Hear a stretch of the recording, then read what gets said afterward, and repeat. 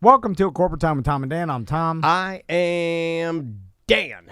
Samantha, our producer's here. No hoodie today because I don't know if you've noticed this, but outside it is not a jungle out there. Ooh, it's a swamp out there. Oh, hot. Holy moly, Sticky, that icky, humidity. icky. But I like it. I like it when I'm out doing stuff because you instantly start sweating. You know, like if I don't have to look good, I don't mind it. Like if I'm out, let's say, painting, or well, you wouldn't paint, too much humidity, but let's say you're outside, you know, putting up a fan or something on your balcony, I'm okay with the humidity during that because you're just going to start sweating. That's fine. Oh, yeah. But if you have to go somewhere, or if you're a lady that, you know, works in a courthouse, if you're a man who's an attorney and you have to wear a suit, I feel horrible. hot. I feel horrible for you right now. Well, we have our Father's Day bundle up on the site right now. If you go to tomanddan.com, you can get the Father's Day bundle, or you can get the Realman shirt. Yes. Or the mug by itself, but the bundle has the mug. You'll see we've got a barbecue apron,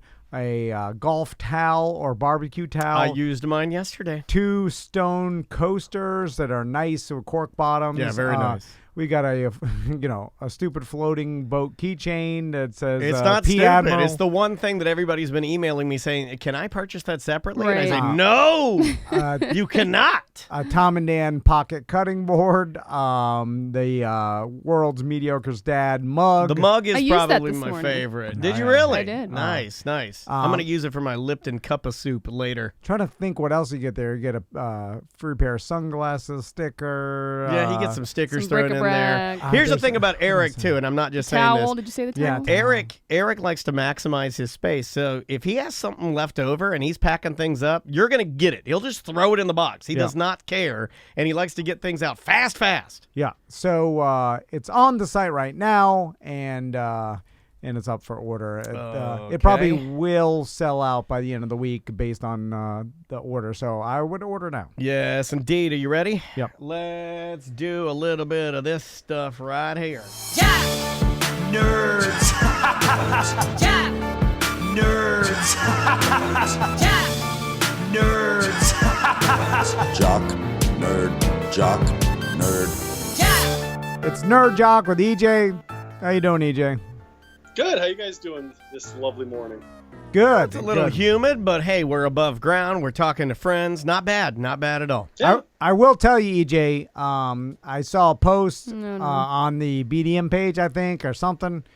They said That's good. That's they good. were Very in touch with the community. they were clowning you. you clowning me. They were saying they could do a better job, and I did put a message up there. I said, if you could do a better job, Bounty. we'll audition you on the show. I went straight 90s with that. Hey, I'm okay with that. And, And then we will make you a member of Tom and Dan. no. Honorary.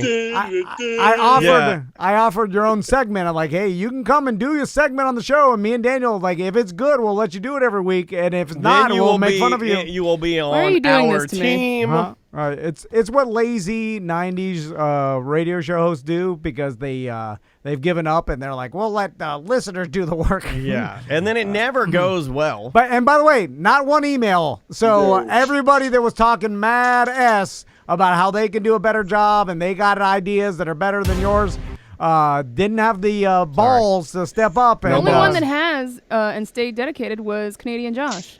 I know. Yeah, but 'Cause- my affection for him is waning. Because here's the thing. It's easy to criticize, sit back and when you're listening and be like, EJ's getting his sports facts wrong. It's hard to come on the show and do this Every week. Especially And take the abuse. when me and not Daniel, cry. It's not abuse. It's what we do to fill the gaps of your lack of knowledge. Tough love. Knowledge gaps. So not only you have to come on here and present your bit, but you're going to have to get through me and Daniel making fun of you. And any small mess up, any fact that's wrong. Oh my God, I did it again. Whatever. Stop! Blink for the love of God! What is happening?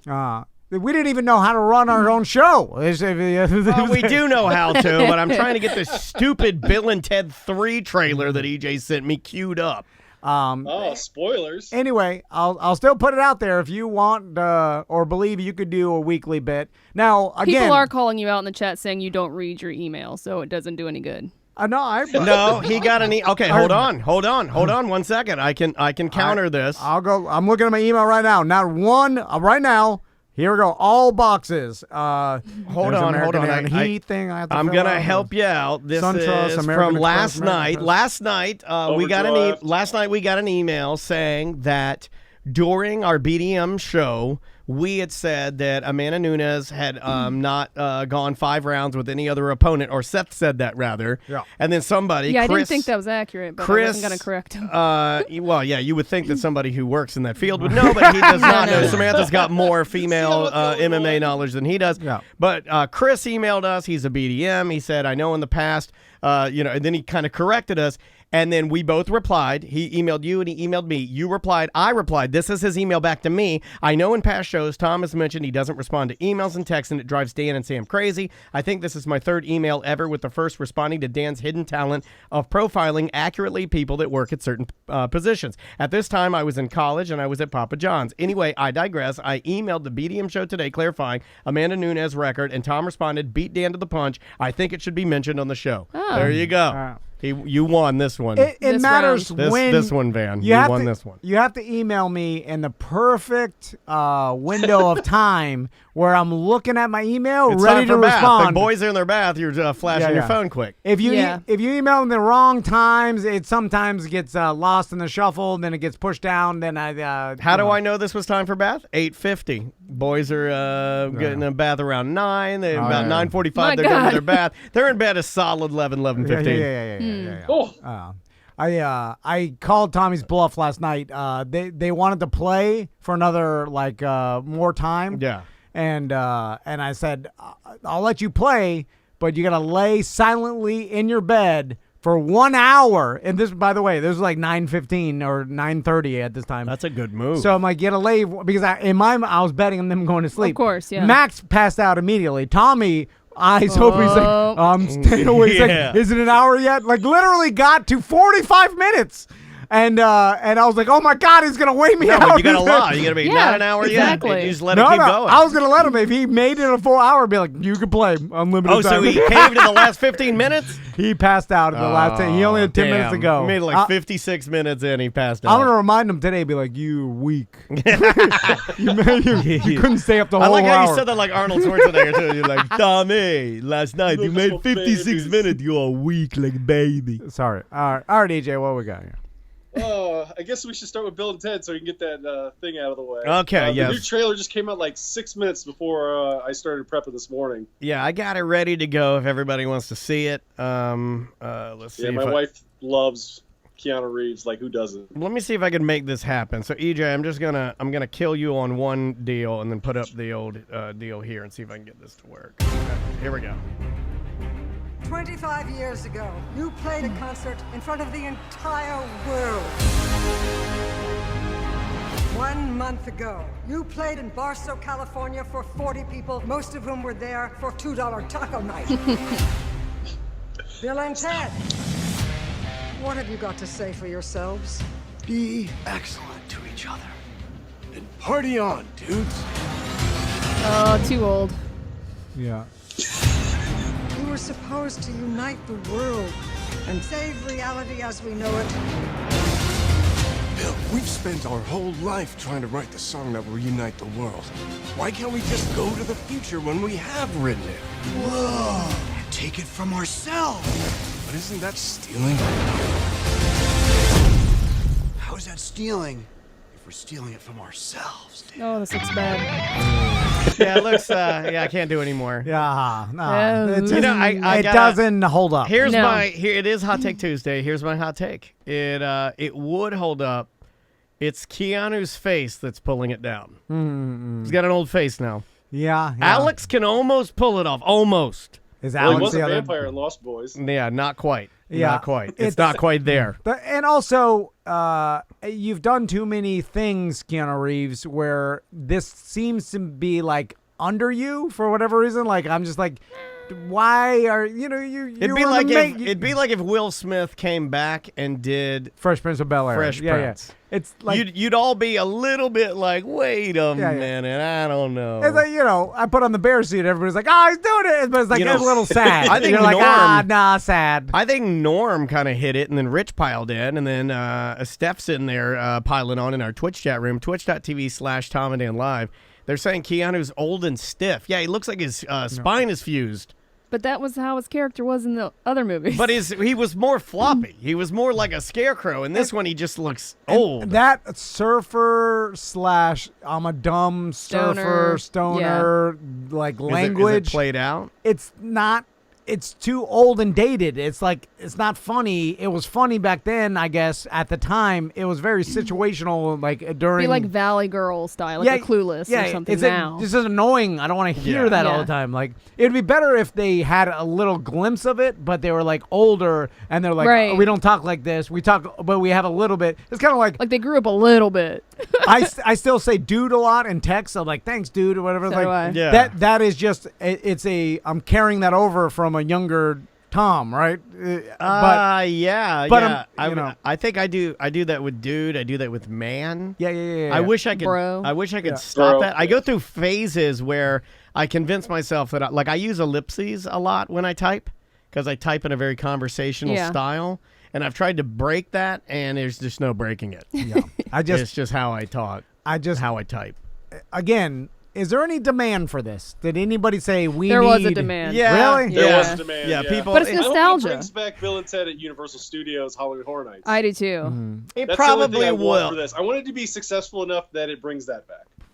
I you know what? I'm gonna reserve my critique until I see it on this one because I don't think it's fair because it's something that I really watch it. Yeah, it's something that I really like and then you got to ask yourself how much more can they do with it, right? I think that's a valuable question. I think this How much more could you do with it? I don't think you can do much more. Right. So you have to go into this one with like maybe a positive attitude and say if this is for nostalgia, then let's ride that horse, right? I think you got to go that way.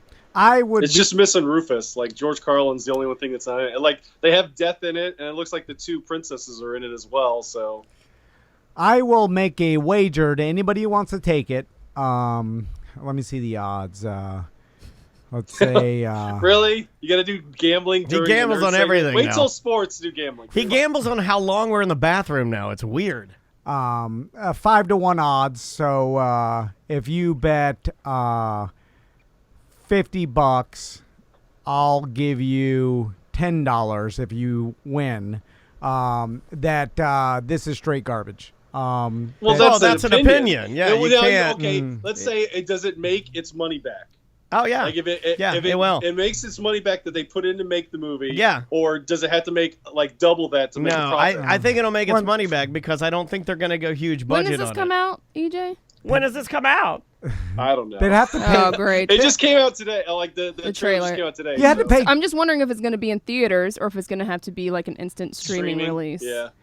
Because then that will affect how much money it makes, too. How much did they have to pay Keanu for this? He's a big star. We don't know how he's doing it, why but he's doing it. But there's also that thing of, like, he doesn't really need it, and I think he knows that his fans love him from this character, so he might not have asked for that much. He was in that Netflix movie. Yeah. Like, he just pops into dumb movies just because he likes doing it now. Yeah. He might be doing this just for the fact that I think about this from his perspective, if he can please every single person that really likes him by giving them what they want. Yeah, but why? Not bad for his brand. I guess it's an investment. It's an investment as him and like what people enjoy about him, which is Bill and Ted and a lot of this nostalgia that surrounds him. Yeah, but the problem is then if it's straight garbage and everybody's like, this is garbage, and even the people that want are going to say that no matter what, though. Right. But you got to just do stuff now because look, you can have the best movie ever, and someone's going to think it's garbage. Even this show, it's like we end on a Friday doing a Friday free show. We think it's great, and then who knows? It's an opinion. The problem is if we only did like 2 podcasts back in 2009 and then never did it again, and then people are like, we want it again, and then all of a sudden started up in 2020, it's going to be different than what they... Well, it's different now. Yes, the show now is different than it was in 2009. Yeah, people even say it. But it evolved. Everybody evolved with us. So it's like, oh, okay. And the people that are still with us, it's slowly incremental changes, and now where we're at now, when people remember Bill and Ted, they remember it back from when was it? The 80s, 90s? It'd been 90s. Like 89, 90. Yeah. So early 90s. However, they had 30. that show. If you're at around a Universal, you've been to a Halloween Horror Nights, you've seen it every year. You know what I mean? Yeah. Up until last year, I guess. But so it's been still in pop culture a little it's had bit. a cartoon. There's stuff there. When you see an old Keanu, 30 years older, trying to do the surfer dude, and you're like, oh, old man trying to do the surfer. I'm not saying I don't Ooh. feel that way, but I think it will be successful. I think people really do want it. Bet 50 to win 10? Yeah, I'll definitely bet. I think it's going to make its budget back. But I don't bet was that. the bet that Tom said. His bet 10 to was 1 that on it's that. a hunk of garbage, Yeah, but and that's that's an opinion. unbettable thing. Can we bet? What about Rotten Tomatoes? Like under. No, I never bet Rotten No. Tomatoes. Well, that's Rotten a cute. Tomatoes is once again opinion. It's based off the scores are based off people's opinions, so you can't really have a finite thing. It's not like you could bet 2.5 that people are going to like it. There's or not. tons of stuff on Rotten Tomatoes that I disagree with, But it's based upon a accumulation of people's opinions. Therefore, but it's still not a fact. Yeah, but do you agree with everyone? No, you don't. So and then that the doesn't make any critics, sense. percentage is always different than the audience percentage. Of So course. which one are you betting on? Critics or the I'll audience? go both critics and audience. This will be under 50%. Really? Yeah. Even the audience, I think. But if it makes its money back and it's successful, then that's meaningless. Yeah, I guess if It doesn't matter if the critics are 50. They Yeah. can be 1% on either side. If it's successful, like how are you gauging success? That's a problem. If you're going purely on business, and if this will make its money back, then I don't know. I am pulling out of the bet because I'm only confident that's a hunk of garbage. I'm not confident that people won't go spend money on it. That may happen, and business wise, it may be sound. Yeah, Anyway. no, I think it's a good nostalgia move. I just I think it's. But I think the honest answer is looking at the trailer that we all just saw. I don't know, man. I stumbled across the original Bill and Ted, or one of them, one time on like Sling, and I watched it for 5 minutes, and I'm like, oh my god, this is a hunk of garbage. Yeah, but it's not like something you would ever like. You also hate Caddyshack, and it's I liked heralded. Bill and Ted People when I was young. love Caddyshack. Back when it came out, I liked Bill and Ted. When I was a kid, and I was Do you think an idiot. I learned more about history from Bill and Ted than I probably did in a school at that time. That's That's sad not to good. say. Wow. Well, I think that's Florida school, so there Kind you of tells us a lot about why the bit suffers. But go.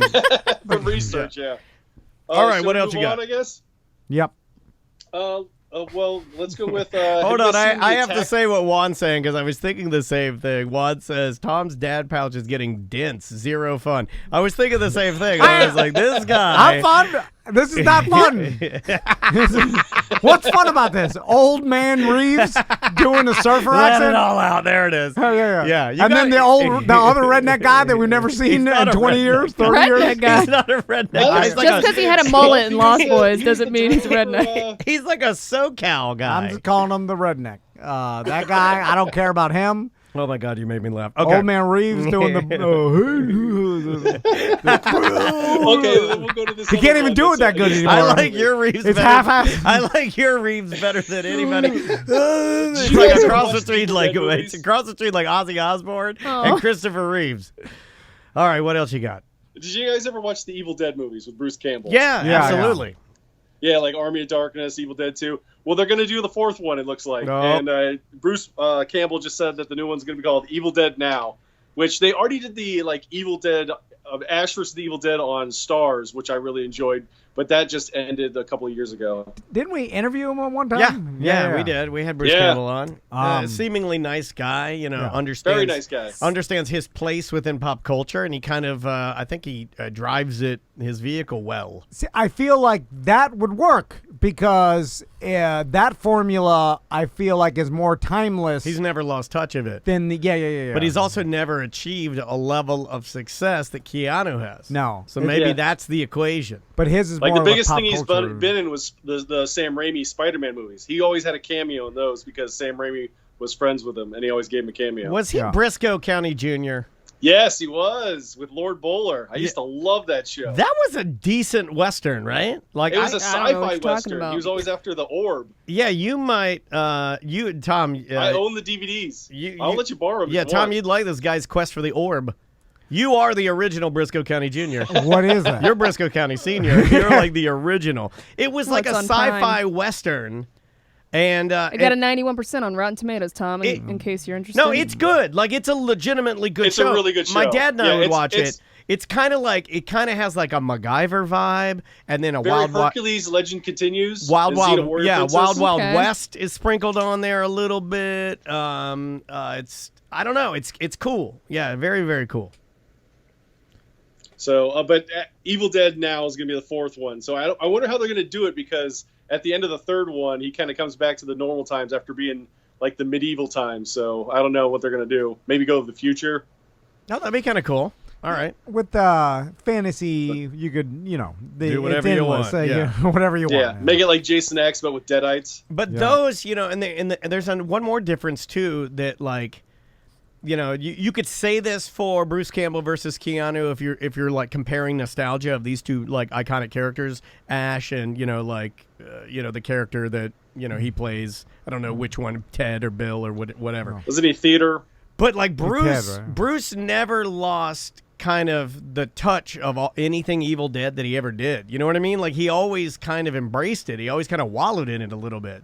Yeah. So, well, he made his money just going to endless Comic-Cons and stuff, well, right? but being accessible and being a part of it, whereas Keanu, not that he wouldn't be, I think he would have been. He just moved on. He Yeah. got a lot bigger. Well, then Yeah. you played Neo from Matrix, and then even Some of the biggest movies of all time. even before that, And John Wick. Point Break and Yeah. Wick, and so you become an action hero, and then now you're doing the surfer. What's the one with the bus? Speed. Speed. Yeah. I mean, Speed. I mean, that movie. Speed and Point Break made his Huge, career, right? Chuck huge, Constantine. huge movies. Yeah, and then he was in Bram Stoker's Dracula. I mean, the guy's a megastar, so not the best actor. He was the worst part of Bram Stoker's Dracula, though.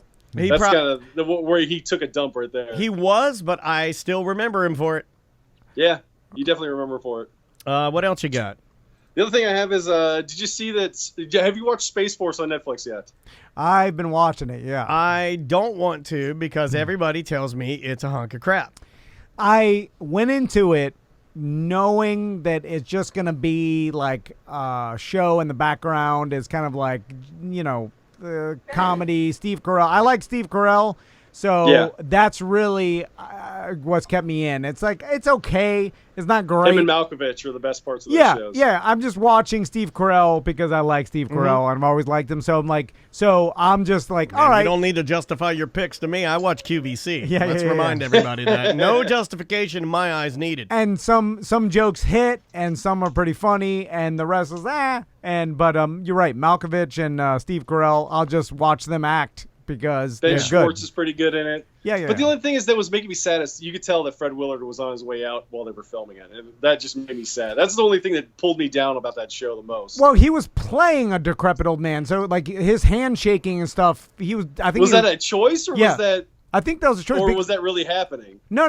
I think that was him playing the decrepit Steve Carell's dad that was shaking and on his way out. But I think as an actor, he was Playing it up. Yeah. I think he was. I mean, he died of a heart attack. Obviously, wasn't in the best health, but he was 83. So it's like he died of natural causes. I heard that he died in his sleep or something. Or so it is what it is. But I don't think that whole shaking in him over. I think he was acting old on purpose. I don't know that to be true, but I never. Well, it also does help if you're gonna act old to be old. So Yeah. I mean, I saw that same thing, and it is weird because he's making jokes about his heart not working and making jokes about dying. Yeah. But here's the thing, like we don't. he'd already accepted it then, No, I mean, well, plus he's an but actor. that was his character. Yeah. Like his character was Steve Carell's old dad that was senile. Also, and, he knows he's old, right? Yes, yeah. It's fine. Yeah. And we don't have to be so sensitive. We're like, oh my God, he's mentioning dying of. Well, it's actually kind of cool he's in a relevant show right now and just passed, right? I think Yeah. if you look at the positive aspect. Also, Well, the reason why I brought it up is because Space Force on Netflix, they copyrighted the name before the government could do it. I saw that. Isn't that crazy? Now, what does that mean, though? Was the government going to use Space Force as they a already brand? are, yeah. No, well, they use it They as a sell term. hats and shirts. The government? Yeah. Oh, okay. Yeah. So how is that going to work out? They have to stop saying Space Force? I doubt that. I don't think they can make profit off of it. They can't. Yeah, I don't think they can sell like merchandise for it. So like the government can, like the show can, but the government can't. Well, Like I know SpaceForce.com and probably .net, but they probably just can't have .gov. That's the only thing Space Force could probably have. The government entity can have. Well, when has the government cared about making profit of anything? All they do is spend money. Like, where they? Have you ever paid taxes? No, I'm saying like the government doesn't care about like what are they going to turn into a garment company and sell Space Force shirts for what? The White House has a gift shop. They sell coronavirus coins. No, they care about profit. Do they? How much? Well, they may not care about profit, but they certainly care about a revenue stream. Right. Yeah. The government seems to enjoy spending money more than making it. Well, they're spending money that they're making. Yeah. Well, they're making money off our taxes. That's all they care about. I don't foresee them caring that the Netflix show got the Space Force copyright. And if they did, Have you heard this government lately? I know. They care. They care about stupid things like that for sure. And also, it was President Trump's phrase that he coined. He called it Space Force. He's upset about it, I'm sure. Yeah. Well, maybe that's why they did it. Probably. But especially the show is very divisive. Yeah, the way it's written. I heard there's little jabs and little political things in there that either way make some people mad, either make some people cheer, whatever. Oh well, the whole thing is about what's interesting is the whole thing is they allude to the president being Trump, and they never say it, but they just say like, "Hey, POTUS is mad about this. He's doing," like they taking his behavior and what we assume would be Trump, and then showing us behind the scenes at Space Force. Yeah. And then it's like the Space Force is bumbling through it, trying to do this thing, and it's being run ridiculous. Gotcha. It's kind of a mockery of the whole thing, but I would assume that if anybody did want to make money off the Space Force or whatever, like. There's lawyers around. They would be like, you have to copyright this. I mean, Kramer told us like, hey, if you want to do this right, you got to copyright this. They know about that. How nothing surprises me anymore because we answer a lot of questions and then the other answer comes to light. So whatever. I mean, it's fine. Yeah. What else you got? Bumbling or whatever. The last thing I have for nerd stuff is, have you guys seen Attack on Titan, the anime? I'm actually reading the manga now. And it's a tough go though, man. It's intense, right?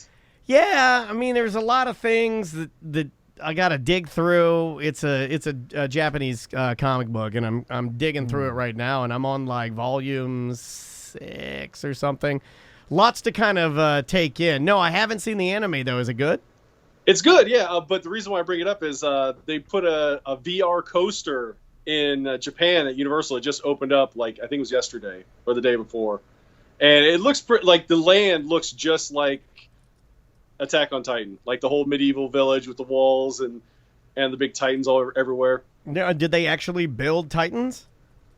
I didn't see any Titans, but like the walls and stuff like that around the place look like Attack on Titan. These are basically these strange humanoids that nobody knows why they're there, that are huge, Tom, and they eat humans, and nobody can figure out why they're eating humans. All right. Yeah, and they have these like bungee systems where they shoot at people, and they have to cut the back of the neck of these giants to kill them because that's the only way to kill them. The only way to kill the giants is by stabbing them like the nape of the neck. Okay. And they're seemingly indestructible everywhere else. And for years, they've walled off certain sections of the city, and these Titans can't get over the wall. But until one day, this one Mega Titan comes, and he's like 65 feet tall or something, and he starts really wrecking the walls. And now the story kind of unfolds how they try to figure out why there's this gigantic Titan. They still don't fully understand it. Basic sci-fi garbage. That's cool. Yeah, it's pretty good. I mean, like, yeah. It looks cool. It lends itself to a good ride because of I guess they're called the omnidirectional bungee things. I can't remember what they're called.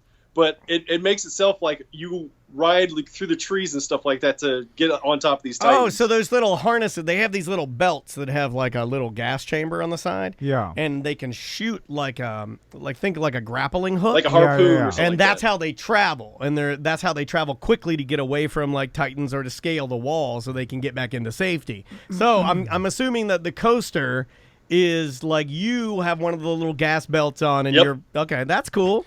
Wow, that's really, really neat. I always like the idea in movies of the well-trained group of people that specifically just do this thing to help their dystopian future. Then you would love this book because that's all it's about. There's three main groups. Book. I thought it was a movie. No, it's a It's right in the middle. It's a comic, but there's three. There's a movie. There's a cartoon. There's a book. There's three main groups. You got the guys that go outside the walls that fight with the gas belts, like you would be. Yeah. Then you got the guys that work on the garrison inside the walls, and then you got the guys that repair their walls, and then do the sentry guard. And then you run into the trouble with the nerds. Like, do you like subtitles or do you like dubbing? Because there's big schools of thought on that, which people hate one or the other. I go either way on that. Just give me one or the other. I mean, I gotta have something to understand. I like the subtitles because usually the translation they take their time with. Sometimes, but sometimes you can watch like a Japanese, manga, cartoon, something, and it's all in Japanese, and you can understand what the hell's going on just by watching it. Yeah. I have to have subtitles over dubbing. I can't do the dubbing.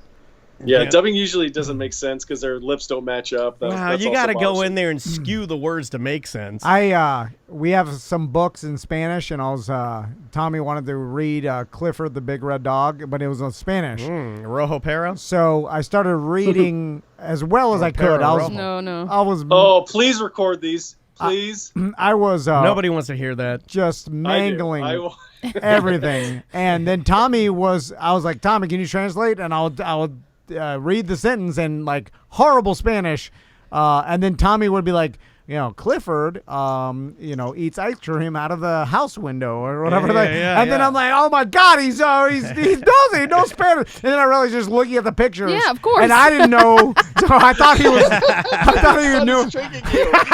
Wow. He was just saying what was happening in the picture, and it was close enough where I was looking at the words, and some of them matched up, and I was like, oh my God, he knows Spanish. Genius. All these years. Is he betting you? The nanny worked out.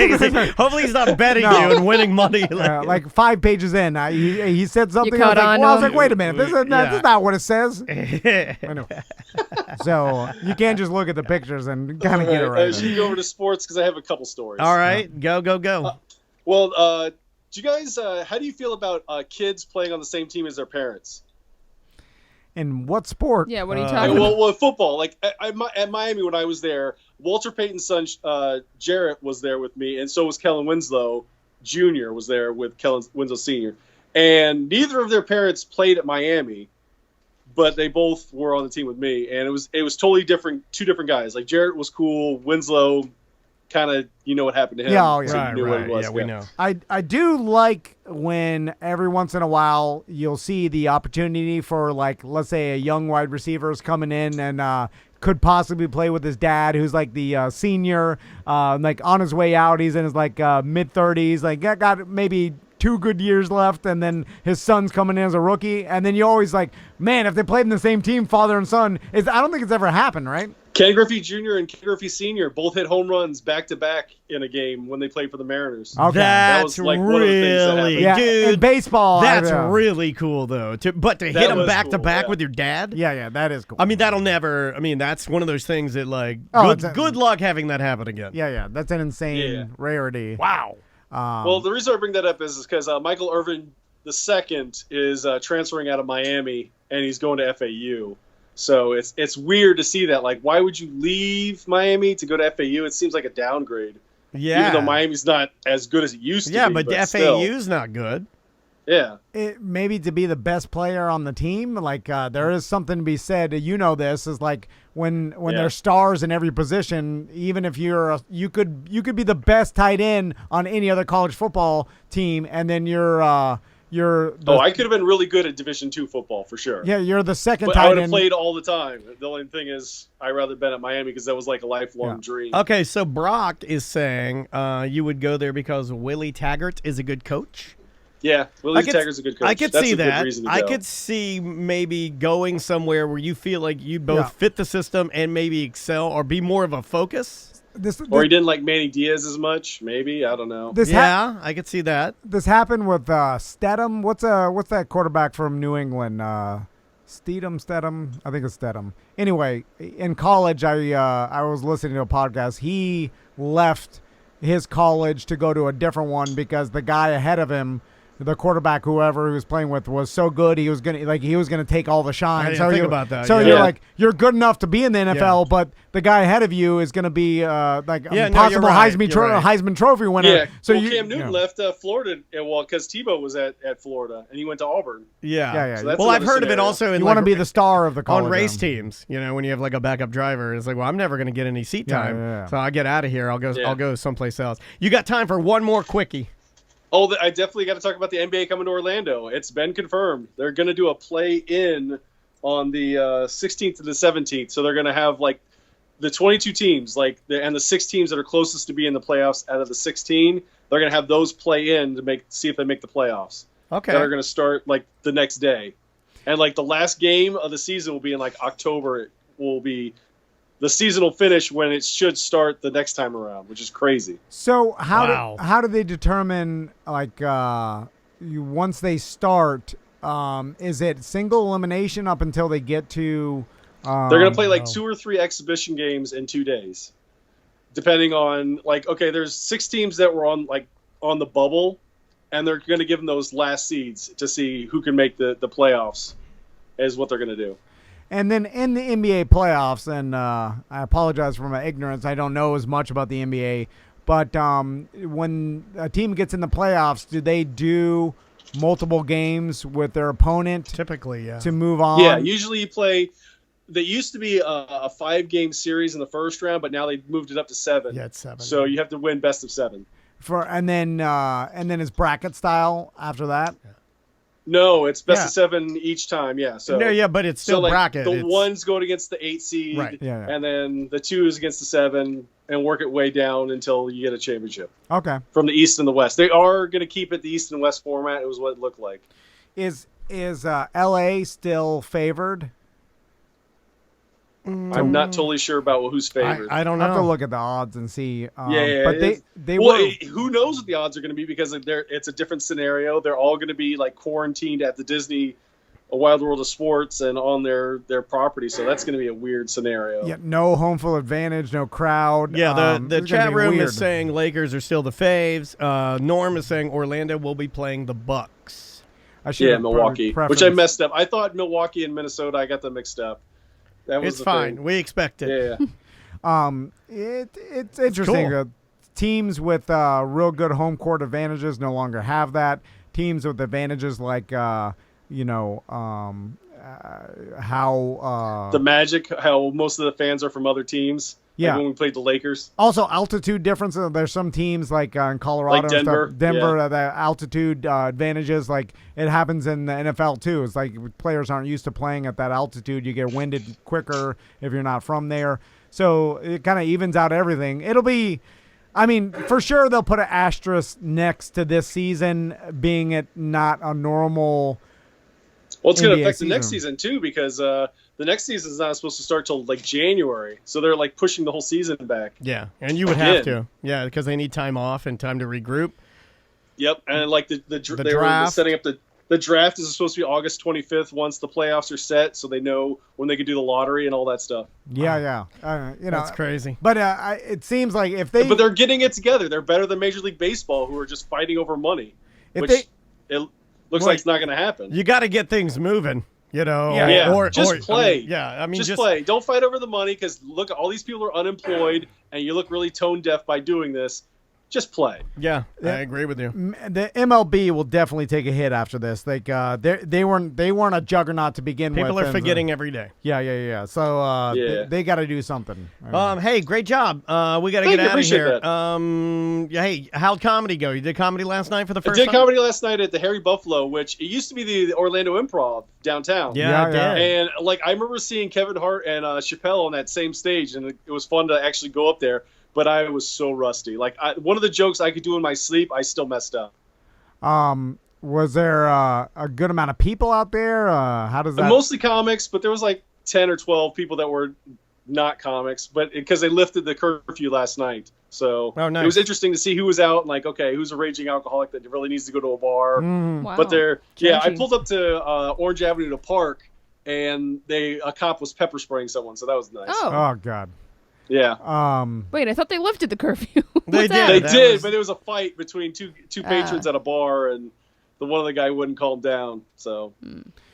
All right, EJ. Just relax, everybody. Yeah. Come by my jet skis. 9,000. 9,000. Oh my God! I can get a new one. With both jet skis and the trailer. The trailer, it's worthless. The leaf springs are rusty for sure. The trailer's. When's the last time you greased the hubs? It's a grease the hubs. You didn't even know what a hub is. Yeah. It's all salt water ruined. I don't put them in the salt water. They've only been in the river. And they've been in my garage the whole time. They're in good condition. How faded is the paint, and how many stickers of your kids stuck all over them, look like eating their Cheerios on them? Nope, it's in the garage. They're away from the kids. Dry seaweed in the impeller. I know what you got. Yep. No, there's dry seaweed in the. I just told you they're not in the. We gotta go. Get out of here. All right. Bye bye jet skis. All right. See you later. I need a fence. All right. Okay, we know, and so does the rest of the world. Yeah. Okay. That's I offered so much stuff with the fence, and there's no fence to the company that wants anything to not do with happening. you or us. No, yeah. There's no. I've tried it. Yeah, it just doesn't exist. I went fishing. Is it for the one fences. thing you can't grift? No, it's impossible. Nah, nothing's impossible. I got him back in. I love the challenge. I've only put I've only just said, hey, fence company, and then I falsely put it. If I put 1% effort, I can don't do it. I gotta take a break. We'll come back, do something really small, and you're listening to A Corporate Time with Tom and Dan. Welcome to another A Corporate Time with Tom and Dan. I'm Dan. Samantha, Tom. our producer's here. Hey, Sam. Hi. What's shaking? Oh, another day, another quarter. Yes, ma'am. I will give you guys the ability to select the new Wierd Job Wednesday theme song. We have two of them. They're not labeled, but they're both from our buddy Joey, who is Remy's friend. Yeah. Joey Mazan. Got to talk to Joey and tell him to call his dog off, because every morning I get a new email from Remy. Well, you started this. About stuff that Tom has promised him. And email me, Remy. So here we go. This is, we'll play this one. He doesn't actually listen to our show. He doesn't. No, here is the newest Wierd Job Wednesday theme song. And we have our caller on the line momentarily. When it comes to your job, are you rich or a slob? These are things we're gonna talk about. Are you special needs detective? Let me get on your perspective. You know we're gonna try and figure it out. 'Cause today is a Wednesday after all. If your work is all weird, your job, your career, you're gonna give a phone call. 'Cause your boss is a joke, but you're pretty much broke, and you'd rather be home giving wifey a poke. It's such a cliche, 30 years you'll still stay, and we call it Wierd Job Wednesday. Are you up in your tower, drunk with mad power? Are you just some scrub making $7 an hour? I guess this is the way, hell at least I get paid, and I'm here for Wierd Job Wednesday. Nope.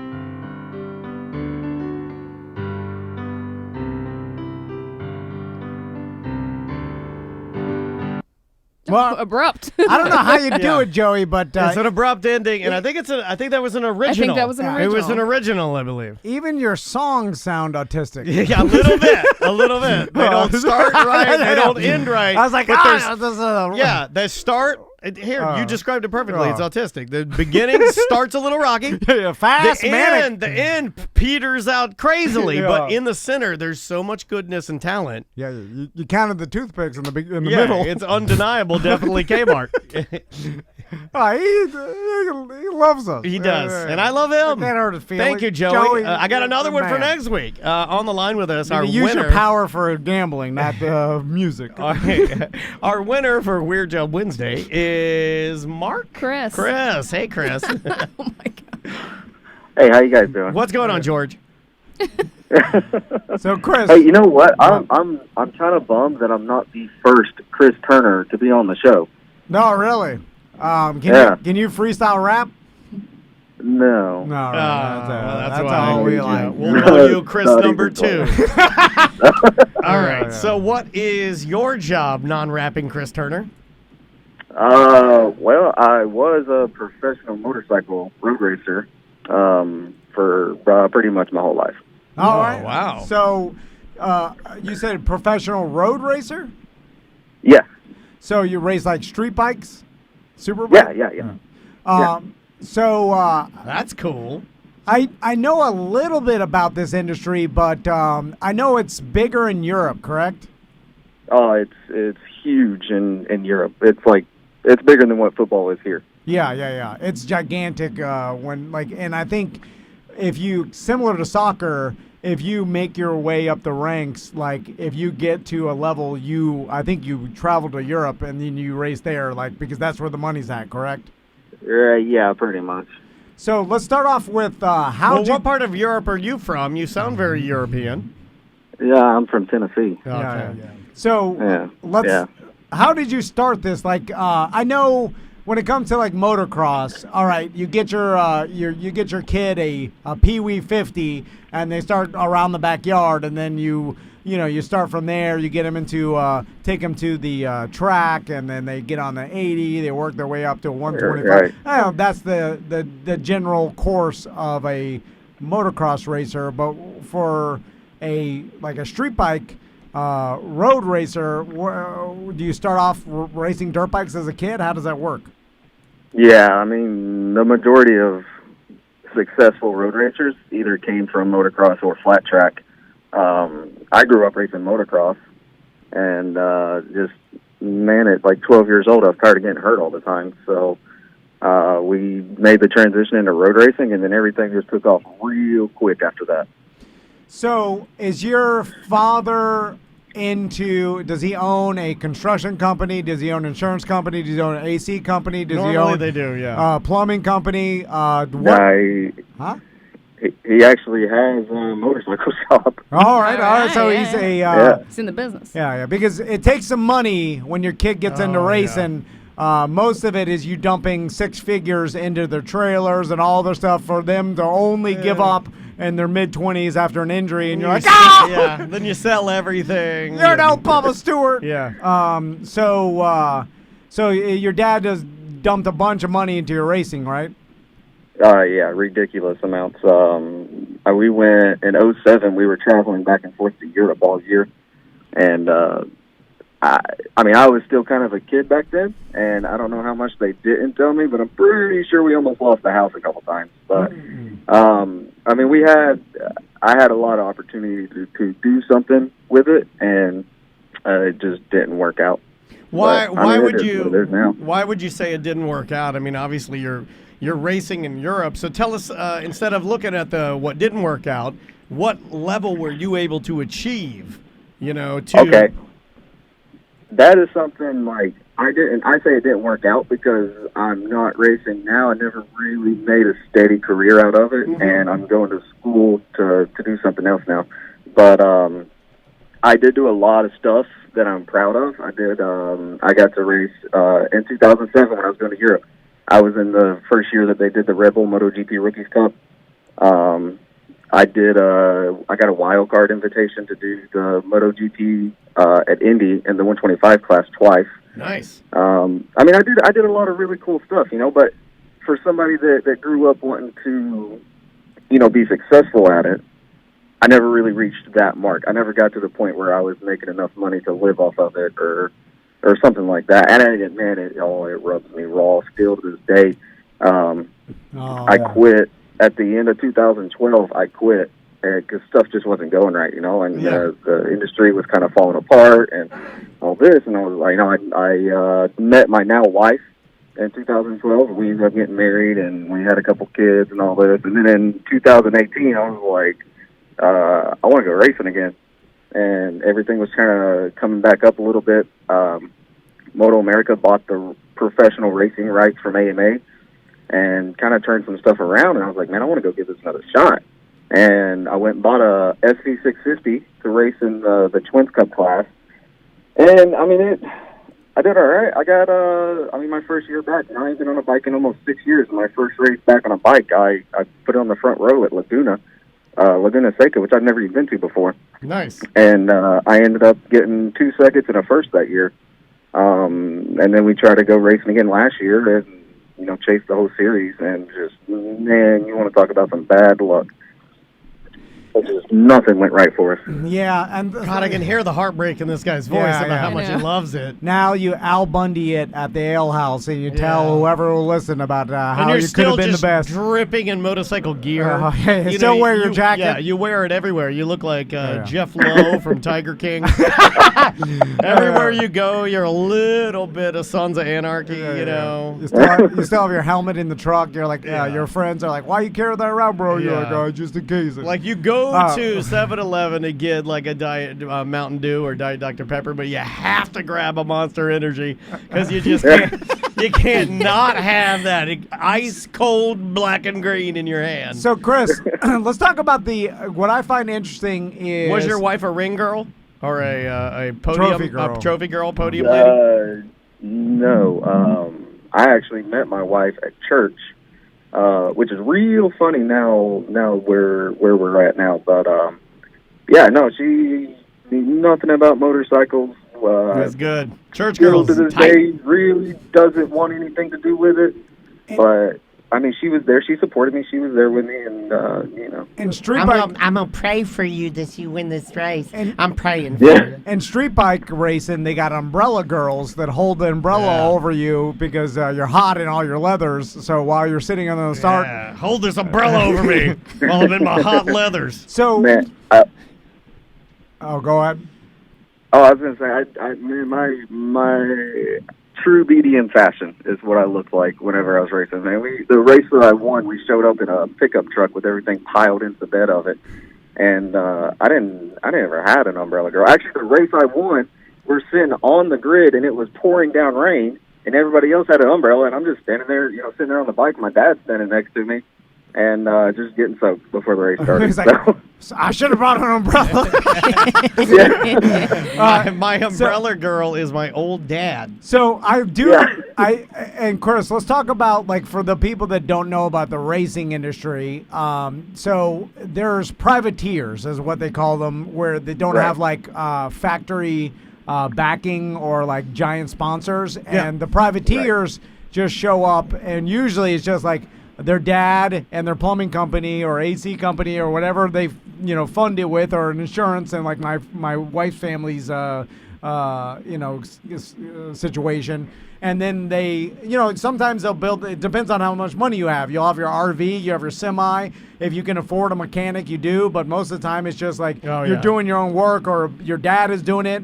You have hopefully a couple bikes, but it's hard. All you're trying to do is hang on to get that factory backing, because without that, these guys, the guys that are at the top, they'll get new motors every single race. They'll get the best quality everything. And you're just having to make do. And you're having to make do up until you kind of show your racing experience to get one of those factory backings or big sponsors to come back you. And then you could have the equipment that put you on the same playing field. But without that, you're kind of stringing one season along just to make a splash enough to get the backing, because without that, it's impossible to keep up, right? What's the most amount of money you've made in a race?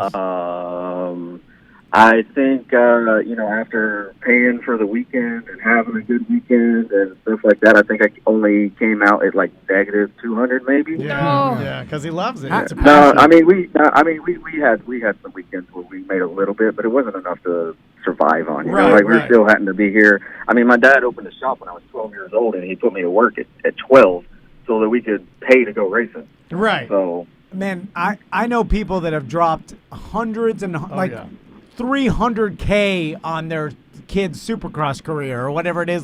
You don't understand the amount. Karting too around here. Oh, go-kart, There's go-karts. I know a guy that's done about a couple $100,000 on just a kid's go-kart. Yeah, and it's all it's insane amount of money, dude. Going back to the actual logistics of racing. So when you're racing a road course and you go down and you put your knee on the ground, we've all watched it's pretty amazing. Street bike racing or superbike or whatever. And when your back tire also in the turn slides out a little bit as you're going, and there's a thing called a high side where it could literally buck you off, where your back tire's sliding out, and then when it corrects itself, it's almost like yeet, and it whips it back, and then you fly over the front of the handlebars. Explain, has that ever happened to you, or how? Man, I was actually I think 08, 09. I was on the front page of the Birmingham newspaper, stood up over the front of the bike, still holding onto the bike because that happened to me. Yeah. I think probably my favorite high side story. I was at Daytona, and we're doing the 200, and it was just really bad luck. I kept having bike problems, kept having to come in and all this stuff. And towards the end of the race, they did a restart.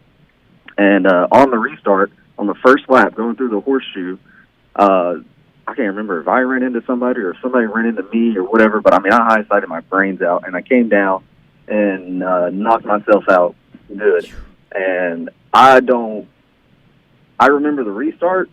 I don't remember anything else, but I had a buddy sitting up in the stands that was in that same general area, and by the time the paramedics came, to help me, I was already gone, and nobody knew where I was at. And my, knocked silly butt crawled over the wall, went through the fence, and just started walking back to the camper, having no idea where I was at. Like you were confused walking around like they were trying to find you? I had no idea where I was at. Like I started walking around, and I started kind of get my bearings a little bit, and I was like, okay, I'm at Daytona. I know we park over here somewhere, and I was sitting in the camper trying to figure out what I was doing there before anybody. Finally, my dad come rip the door open on the camper and he's like, "Oh my God, we've been looking for you!" Here, get under this umbrella. Yeah, you know what's funny is that, you're laughing about this now, but that's actually quite terrifying to think that you rang your bell so hard that you've done this plenty of times. You just got a brain stinger. It's fine. Brain stinger. We'll just be pouring ice over you a little while. I tell people all the time, I've had so many concussions that whenever it happens, I know what to do before I even know what happened. I was doing an 8-hour woods race, like an off-road race years ago. And it was going through this little single-track place, and I cross-rutted and ran into a tree and knocked myself out. And I picked the bike up, and I looked. I was like, okay, that's my bike. Okay, I'm in the woods. Here's a trail. I started up, and I started going down the trail, and then people start coming at me backwards. I'm like, okay, I need to turn around and go the other way. And eventually worked my way out of the woods and finished the race. And won the race.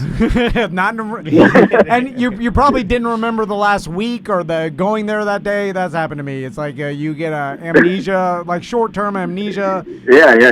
There's a lot of my life missing. Yeah. You'll be an old man one day and forget your pills, and it's coming. You'll die in your garden. It's fine. You lived your life. Okay, I'm going to tell you what's going to happen. Tom's right. You'll forget your pills. Come to terms You with go it. out to check your peppers. You die in your garden. Eyeballs still open. Then your grandkids will find you, and they'll be scared because they'll think you're still alive, but you won't be. So, Chris, when it comes to road racing, like in motocross, there's one of the huge dangers is accidentally getting landed on, like in Supercross, where some other racer is taking a jump and then you are off your line, or this person's off theirs, and then they land on you with Jesus Christ, 250-pound bike plus the weight of the rider, and just the momentum, and the tire moving. But with road racing, is the danger getting hit? Like, say you get high side, you get off the track, and now you're sliding or whatever, and another bike running into you? Does that happen? Like, what's the most dangerous thing that could happen?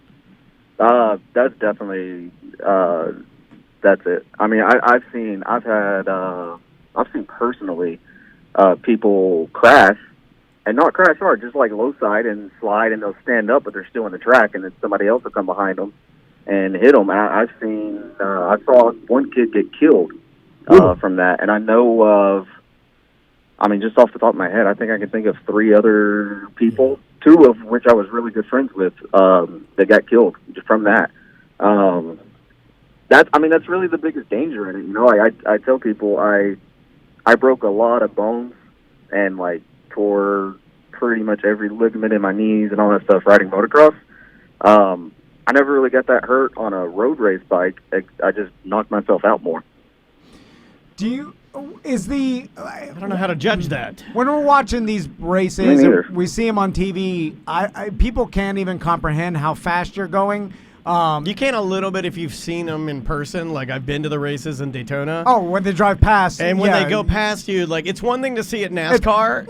Yeah, if you've and seen, you're like, wow. Well, it's exactly like NASCAR. You know, so think same speed, but then just think human just riding a rocket. It's very, very, very aggressive. And the bike is so light, you can accelerate so fast. So just give an idea of like when you're on a straightaway, and I know that's why they make it so windy, so you don't get going 200 plus miles an hour, and then immediately, instantly die when you hit something that stops you. But like, what kind of speed are you even taking turns and stuff? I don't know. That's a tough one. I know, like at Daytona, the fastest I went there on the front straight was about 185. And that was on a 600. I know the thousands were doing over 200 there. I mean, as far as turns, man, I'm trying to think of somewhere that's got. I mean, Road America, they got the carousel that on a 600 I would come out of it in fourth gear. I'd click fourth right towards the end of it, and with my knee on the ground, back tire spinning up and everything, we were probably doing 120. Oh my God! A turn at 120. Yeah, no, I know. It's like you can't even like most people haven't gone 120 in their car Ever, on the turnpike at night when there's no one out. It's just it's a ridiculous amount of speed to be on a bike turning and racing other people.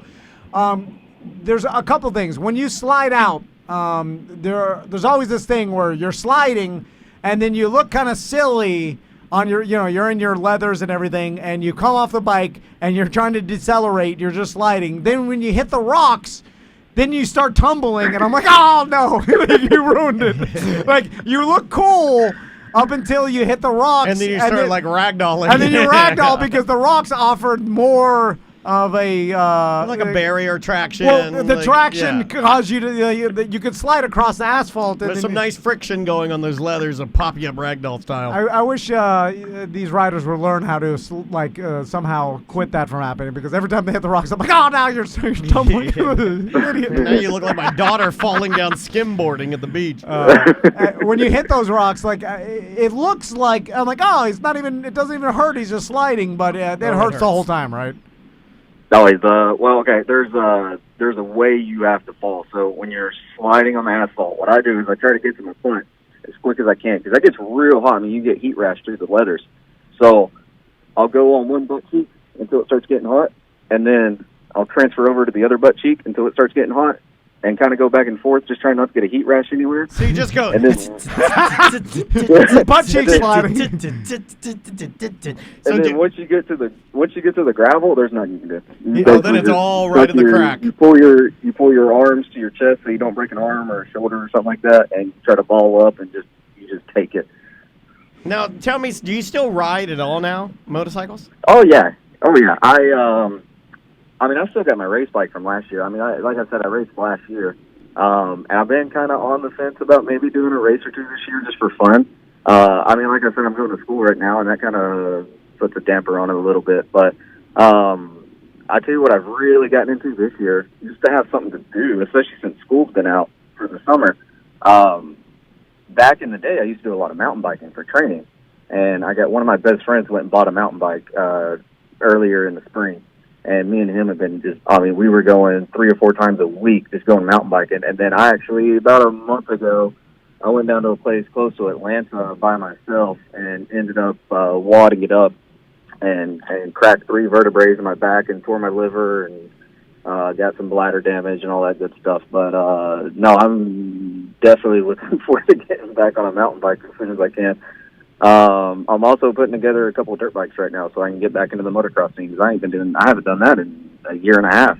Oh, I smell trying to relive it. You're as good as dead. I can hear it. I can hear it. You're trying to relive it. You'll get back into it. You'll crash hard. Well, no, he'll your wife will be yelling at you like, "It's time to hang it up."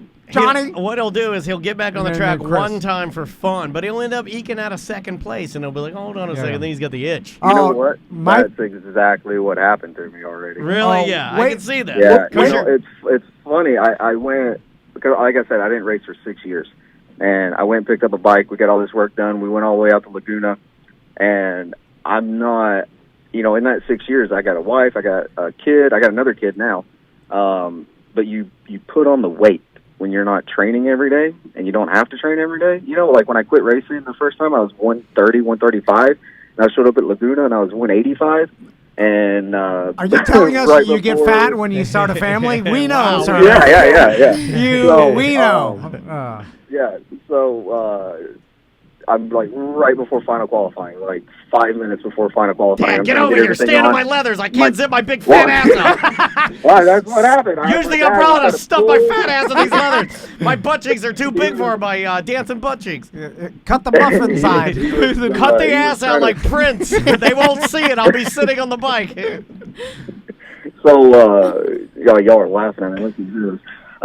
My dad had a pair of pliers trying to pull my zipper up on the front of my leathers because I was like sucked in as hard as I could and Big fat biker. Finally got him all the way up to the top, and I let my breath out and blew the zipper out of my That's and then I had to fantastic. go. I was parked with a guy that used to help me a long time ago when I was racing. When I first turned pro, these guys, the M4 Suzuki team, they were the first ones to kind of give me my shot. And I was parked at their trailer because they took everything out there for me. And I went and knocked on the dude's motorhome. I was like, hey, I need a set of leathers. And he was like, what do you mean? I was like, I just blew my leathers, like the zipper out of my leathers. I'm going out on the I was like, give me some pretty leathers. So he gave me some leathers that were, he's 6'2", 6'3", and I'm 5'3". He gave me his leathers, and man, they were so big and baggy, and they were flapping around everywhere. In the wind and all this stuff. But Flappy leathers. After that, I still went out there and put it on the front row. Okay. Yeah, I love it. I love it. And then for the race, and this is, here's the thing. This is, I went and bought a bike off Craigslist. It was a real piece of junk, and we basically built a professional race bike out of it in about a month and a half, and went all the way out to California, all this stuff. On the warm-up lap of the race, I broke a chain. Didn't get to race it. So I basically stood over there by the wall, watched the whole race, and a couple fans were throwing me beers over the wall so I could drink a beer while I watched the race. But then we went to the next race. We went all the way up to Utah for the second race, and I got all the way up to second, and I high-sided my brains out, and that, whenever I hit, it's been years since I hit the ground like that, and I'm laying there on the side of the track thinking, what the hell were you thinking? Why did you think your fat butt could still do this, Yeah. Chris, at night, right before you go to sleep, you could think, if things would have been different, I could have been a champion. Yeah. Oh, my God. I think about it all the time. Everybody lives with it. Right Like, before you go to bed, just think about how now you're known as Big Fat Leather. because you sound like you had the skill, you had like the He's got the passion. the hand-eye coordination, you had the experience. You got the dad. If you had some factory backing, you could have been the best. But alas, didn't work out like that. That's what. But now you're not even the worst. You're That's nothing. Right. Gotta live Joke's with it. on you, though. Joke's on you, though, because the CTE is starting to sit in. And I can't go to sleep, so. Oh, You win. You win. But one day you will, and it'll be forever. One day you'll close your eyes and you'll be standing there with Freddy Krueger. And, you can't sleep with CTE until you can. Then you'll sleep real good. Yeah, really good. Sound. Well, I guess we already kind of asked you how much money it's really Nothing, negative. yeah. It's, negative $500,000. Okay, well, let's ask you. You probably know this. Even if, let's say, the best make millions, but what if you're just like get in there, you have a little bit of you race for a factory team? Yeah, like, how much would you need to make to just be? Yeah, like the mid-tier, mid-size, like you're just a racer. What can you pull in? If you're not the best, you're not the worst. Middle of the road. Honestly, like the average. Okay, like when I started, the whole racing scene was different. Like if you could finish in the top 10, top 15, you were making six figures. And my first year as a pro was in 09, and we all know what happened in 08, and it kind of tanked the market.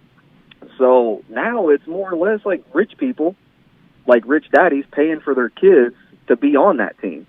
But I'd say maybe 5 or 6 people in Moto America right now are making, 150, 200 maybe. They're making enough to live on comfortably. Yeah. And there's a couple that I know are making really good money. There's a real good friend of mine. I used to travel around the country with him years ago, Garrett Gerloff. I heard last year he was the highest paid rider in Moto America with all his endorsements and all that stuff. And I'd say he's probably making around $450. Yeah, that's good. That's good. That's real But, good. I mean, yeah, it's not bad. You gotta like it, but though. the rarity, but Yeah, to get so get rare. where he's at is just. You need a lot of luck. You need a lot of right place, right time. You need a lot of not injuring yourself. Like there's just so much that plays into it. It might as well be the lottery. Right, yeah. And I mean, he's doing good. He's got a World Superbike ride this year and doing all that. But I know there's, like 5 or 6 years ago or something, I read an article saying that Valentino Rossi was one of the highest paid athletes in the world. Yeah, all of his endorsements. And granted, he's at the top level and he's been at the top level for a long time. I mean, there's a reason they call him the GOAT of road racing. Yeah. But, he was pulling 40, 50 million a year. Oh, yeah. Yeah. Those guys that get into like Formula One and those like the Rossies and those like super. It's ridiculous money. In Europe, they're making soccer money over there. Yep. Anyway, Chris. Well, hey, man, thanks so much for being on Wierd Job. And if you do get the itch, call us back and let us know when you're racing, all right? Hey, I do want to say one thing real quick. Yeah. Whenever I emailed Sam, I told her, going to school, I don't have money, I'm not a BDM. I did sign up this morning to be a BDM. I code-fished you, but I did sign up to be a BDM so that I could tell you that I do have a BDM tattoo on my foot right behind my camel toe. I don't know what that means. Okay. Is that code for something? Yeah, no, I just, I have the BDM tattoo. I got drunk one night and a buddy of mine talked me into it. And, I'm going to get it, too. Hold on, you got it. I didn't want to have a... But he Hold on, wasn't a Chris. BDM. Yeah, you got a BDM tattoo But that's drunk the one night BDM way. before you were even a GD No, BDM? but that's the No. BDM way. He was a BDM prior. I was a BDM Right. when I got the tattoo, and then I was like, $2 a month, that's insane. So, I signed back up for the BDM. I didn't want to be the guy with the BDM tattoo that's not actually a BDM. That's kind of what we're hoping. That seems makes sense to me. Be like, I got this tattoo, but that $2 a month I couldn't swing. Hey, so. check out this Godsmack belly button tattoo I've got. Never heard of him. Oh, man. I do have one more quick question for you because I told my wife I was going to ask you this. All okay? right. We have been having an argument for 8 years now, okay? Yeah. I need you to settle for me. El Camino, classy or trashy? It depends on what it looks like. But if you want to go Brand classy, new, like real clean. if you want to go classy, it's Ranchero all day long. Oh, No. See, my dream is to get an El Camino and build a 4-door El Camino out of it. I'm a Ford guy. I mean, where do you live? Because it could be classy for your area. Like Castleberry or the GD Mirror. I could be in the Castleberry Christmas parade with my El Camino. But in Windermere, trashy. You know what I'm saying? It depends on where you're at. I like them. I've always been a fan of the El Camino and the Ranchero. Those are two of my favorite vehicles, and my wife won't let me have one. If this tells you anything, I think it's cool. Yeah, it's cool. Well, okay. Take that for what it's worth. It's definitely cool. Definitely trashy then. Yeah. I mean, put a camper top No, on it, then it's classy. Like I said, I'm 5'3", and I struggle to put dirt bikes in the back of a truck, so El Camino is like my dream car. El Camino 5'3" camper top, tall, Yeah. like those places that RV. Oh, like make it a make like it an RV topper. Yeah, I like that. I've never seen that before. Get the RV do topper that. El Camino, and then somehow put your old rusty street bike in there. Yeah, lay it on its side. Can you still do a wheelie, Chris? Oh, yeah, I can do a wheelie. All right. I might crash, but I can get it up. Send us a video of that. We'll Video of you doing a wheelie. Put a BDM sticker. BDM sticker on your butt. Okay. All right. All right, man. We'll talk to you soon. All right, thanks, bud. Later. What a nice guy. And in it for the love. My God, that man. Yeah. Pouring money at the things he loves. Yeah. That's Once the two-wheeled vehicles or most vehicles, if you're like a race car guy or a racing bike guy or a motorcycle guy, it doesn't leave once you. it gets you for good. Or you can. I've seen this happen where you get really sick of it. Yeah, like there was so much pressure growing up that your dad like We so know, much guys. that that you just grew to hate Ruins it, and it. then that's it. You don't Yeah. even. It's sad because these. I people, know that I know that with a soccer player that this guy was so good he could have ended up being. Like, he easily could have played in the MLS, could have played in Europe, right? Yeah. So good. But his dad, like, it was like a family thing. There was so much pressure, and he made his way, and like in high school, just stellar, going all across the nation doing camps. Then in college, he became like a prospect. No passion left. Yeah. Took it all. It had been ruined, and he and then he moved away. He moved away and now does something completely unathletic. If you don't want to do it, then you're never going to do it. You can't just be naturally talented and put in the effort that it would take. You have to have passion. Gotta have the behind it. love. Yeah. We got to take a break. We'll take a quick one. Come back with more A Corporate Time with Tom and Dan right after this. Welcome back to A Corporate Time with Tom and Dan. I'm Dan. I'm Tom. We got to jump into this fast because we've been going long. We're going to jump into a quick voicemail and then take a little break. Let's go with this one right here. You guys, ITT episode talking about the dentist. I've had one cavity in my entire life, 31 years, one cavity. I'm not afraid to go to the dentist because I've never had an issue with the dentist. My father always has an issue with the dentist, but he's had multiple work done, multiple root canals, multiple surgeries. So when Tom talks about the laughing gas and, slipping away into sweet, sweet twilight, I asked one time when I was like probably 22, I was like, listen guys, I don't need a problem with shots, I don't have a problem with the dentist, but if you guys could just make that Novocaine shot easier if I get the laughing gas. And she kind of looked at me like, pussy, why would you get the laughing gas? And and then she gave it to me. Oh, sweet, sweet twilight. Wah, wah, wah, wah, wah, wah, wah, wah. Now I go to the dentist just for cleanings because I don't have health insurance and I just pay $100 every time I go to the cleaning. But if I ever get a root canal again, it'll be that sweet, sweet wah, wah. I do like the sweet, sweet wah-wah. Never had the sweet, sweet wah. I never had the Twilight's nitrous great. oxide. But I am supposed to get my wisdom teeth there's pulled a out, difference so I'm assuming I'll between get it then. Well, the nitrous and the Twilight, I don't know if he was using those terms interchangeably, but they're different. Yes, yeah. The nitrous is the gas. The Twilight is an IV drip, but it's just you kind of you're in and out of consciousness. Yeah, and it's more of it kind of relaxes you to the point and also has like a memory thing where you don't remember it more than so you're not unconscious. It's just after they take you off, you have no memory of it, so you might as well been unconscious, but you're not. So they don't. Right. So it's not like general anesthesia. It is the worst part though, because that's where they say that is time travel possible. Yeah. That's what makes you think it is, because you will have no recollection. Yeah. See, that's not as good as being awake and tripping your balls off on nitrous, because when you're on nitrous, then you're just sinking back and you're hallucinating. You're like, but both the nitrous when they're asking you to count and breathe deeply. I like to try and fight that. It's hard.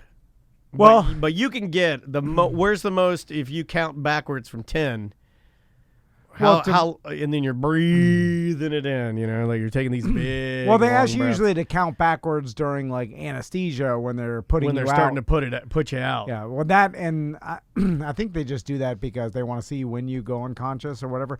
But that again, it's not fun to be unconscious. No, you have to be consciously effed up.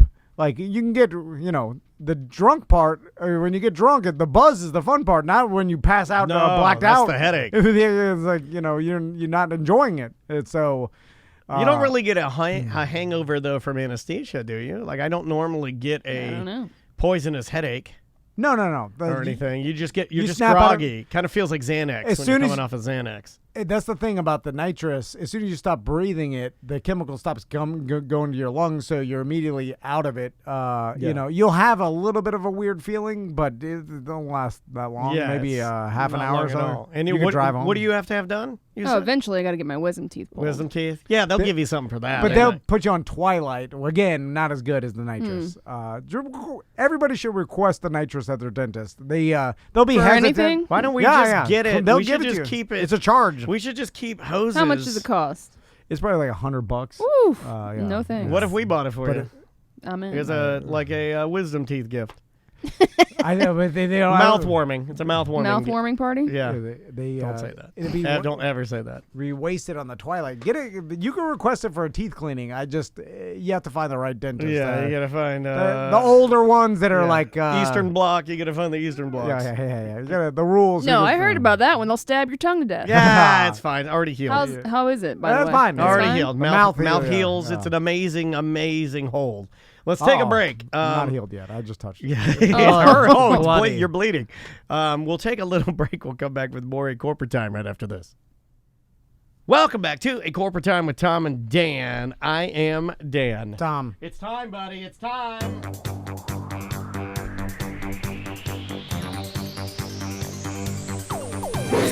Samantha is the girl who produces our show. She produces our radio show.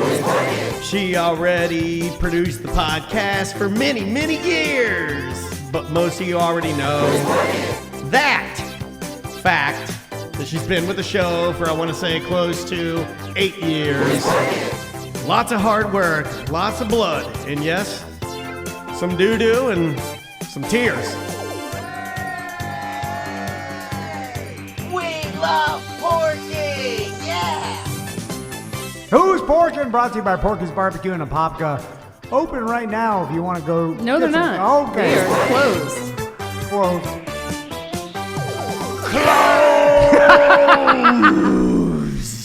Steve and his I was gonna say his cast. Yeah, he's got a cast. It's all an act. And his employees are taking the week off, so they'll be back next Tuesday. A lot of people don't know that. 16. Steve is a very nice man, but not in real life. It's all a part he's playing. If you meet him in real life, he's vile, disgusting. He'll stomp your grapes. He'll yell at you in the Satan's name. Yeah. He's been following Anton LaVey, the creator of the Satanic Church, for many years. Wow. He dabbles in the occult. How do you think he gets his pork so smoky? Smokes it with a little bit of Satan. When they tell, like, hey Steve, Daniel was saying you're a Satanist. They're like, I don't know. I don't know. Here's a free Mick Ultra. He's all southern. There's the only thing I've ever seen Steve do. Okay, ready? He does a lot, but I see he's like. I see him back there, big, throwing like a huge hunk pork butt. See over there, he's turning it apron, and then he'll turn to me and he'll be, "Hey, Daniel, hey, here's a Miller Lite. Oh, hey, Tom, here's a beer." Just soft spoken, just handing out free beers. That's all he does. Free food. We have to tell him, we're like, Steve, in order for you to make money, you got to, first thing you got to do is shut off the margarita machine. That was not in the details. Stop giving away beer, and we'll pay for our food. Thank you. Okay. Who's pork? Well, yeah, speak for yourself. I still like the free brisket. It was good. But he's hooked us up. Wait, you get free brisket? Yeah, he's hooked us up so many times. I think 1 out of every 30 meals we can pay for. Oh, yeah. Were you hungry? Your mouth's water. He's like, shut up. No, that was an old age breathing sip. You are an old man. I breathed and it just shut my mouth. You breathe sipped. I was mouth breathing and I was like, I was like, all right, I breathed my mouth shut. Jesus, man. That's a true mouth breather. Breezer. He's a mouse breezer. Please stop talking. They call him the mouth breezer. All right. Who's so, stomping grapes today? So there is a new show that's actually casting right now called Mountain Love. That's why you said cast, by the way. That is probably why I said cast. Yep. It is the same production company that is behind TLC's 90 Day Fiancé, and they are currently looking for unmarried couples for a new TV docuseries. And basically what it is, they're looking for long-distance couples. Hillbilly trash. Well, kind of, maybe. Where one of the partners lives off the grid in a remote location and lives off the land and loves the outdoors, while the other partner is a city/suburb native, and they love the everyday conveniences that life has to offer, such as shopping malls, restaurants, grocery stores, salons, and movie theaters, and they want the city-loving partner so it's to wife move. swap meets Well, they're not swapping with anyone. I know, but it's fish out of water. Yeah. Right. It's definitely the They wanna- city mouse goes country mouse. They want to see if they can live the lifestyle, if the love between the two people can last by them changing their entire lifestyle and living off the Hell, grid. I can't do this. I ain't never hailed a taxi before. It's all crap. It's opposite Crocodile Dundee. Yeah, you know what I'm saying? Like when he goes to the Yes. city, it's like Now I would watch it. Well, isn't in Crocodile Dundee like the girl goes to the She's country the city first, girl, yeah. and then the number 2 they go to the city. They Yeah. doubled up on the fish out of water scenario there. Yeah, so you'll have the girlfriend or whatever. Like there'll be a scene where she's trying to go on Facebook and there's no signal. Right. Then there's You're completely off the grid. No social media, Yeah. living off the land. Then Now, how? Like, okay, here's my first question. When you started talking about one person lives off the grid, is this going to be like the blind date scenario where they take, Mountain Man and then they take City Gal and then smoosh them together and From what I'm reading just from the one article that I have is basically you're already in a relationship where you're opposites. Good. That's Yes. what I was thinking about. So I started thinking about, we're opposites. You got City Girl. She loves her email, her text messages. She got a T-Mobile Sidekick when it first came out in 05. Starbucks on the corner. Yeah, Right. and then you got guy who loves his propagating his plants, making sure that they're fruited, tilling the fields. hunting, fishing. Yeah, living Right. off the land. Yeah. Now, but how would those two communicate? The guy's on email, right? One of the girl moves in with him. Yeah. So it must Do have they been, do a little bit of both? Do they get a little bit? She gets a taste of his action, and he No, gets a taste of they, hers. it's straight up Just the mountain. The person that lives off the grid, you have to move there. So you go off the grid, Right. Okay. With them.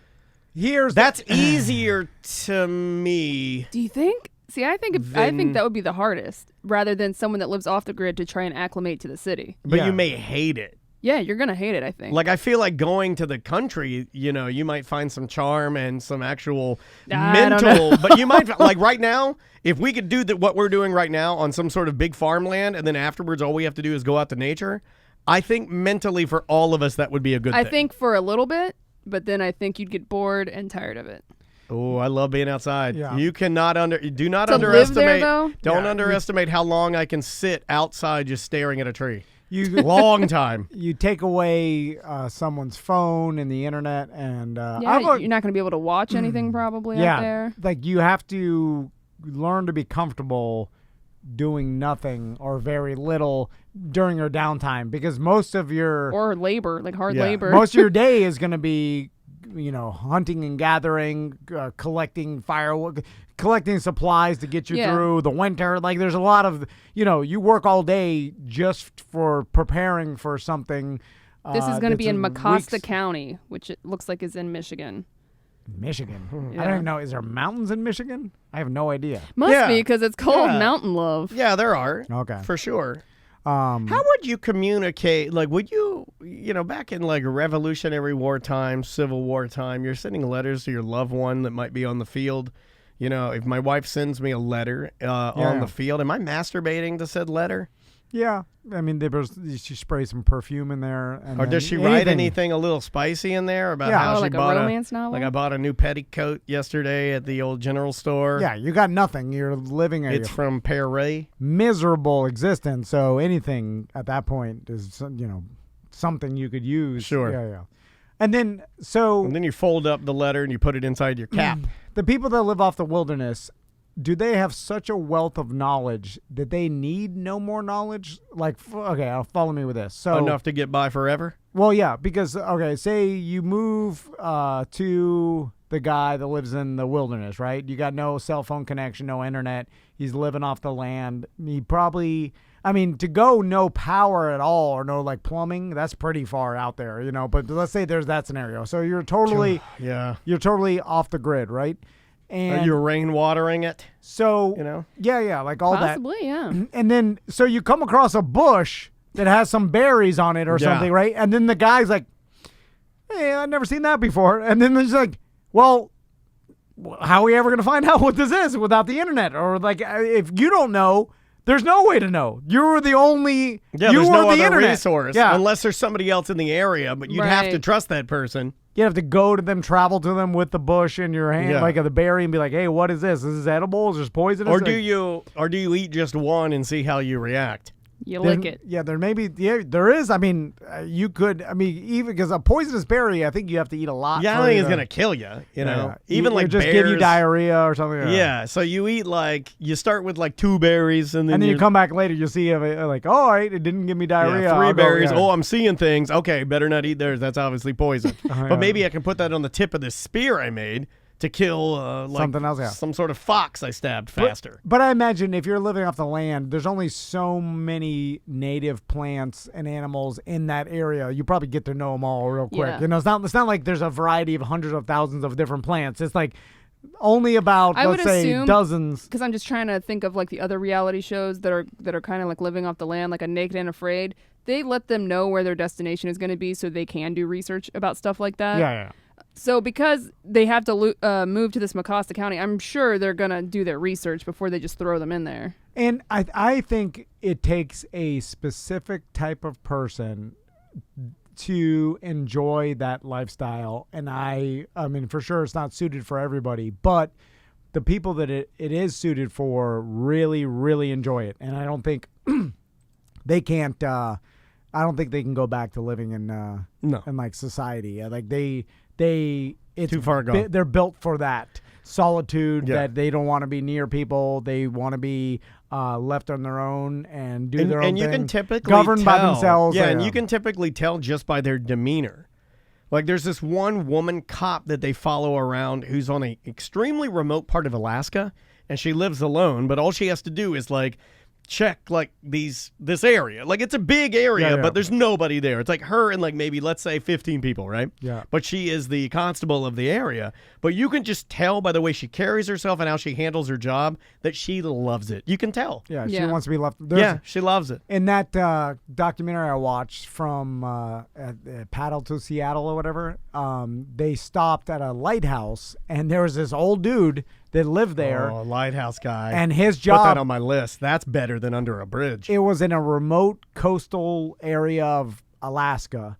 And the dude lived there with his dog by himself. My dream job. And his only job, like, I guess he was like, he had a deal with the county or whatever the hell, the state. The landowner. His job was to just keep the lighthouse on, you know, and that's it. He lived there by himself, and they stopped there and like stayed for the night. And the guy's like, I live here, you know, most of the year completely, I guess in the summer and the winter, I guess they're too cold, but completely alone. Like, just him and his Have you guys dog. watched The Lighthouse?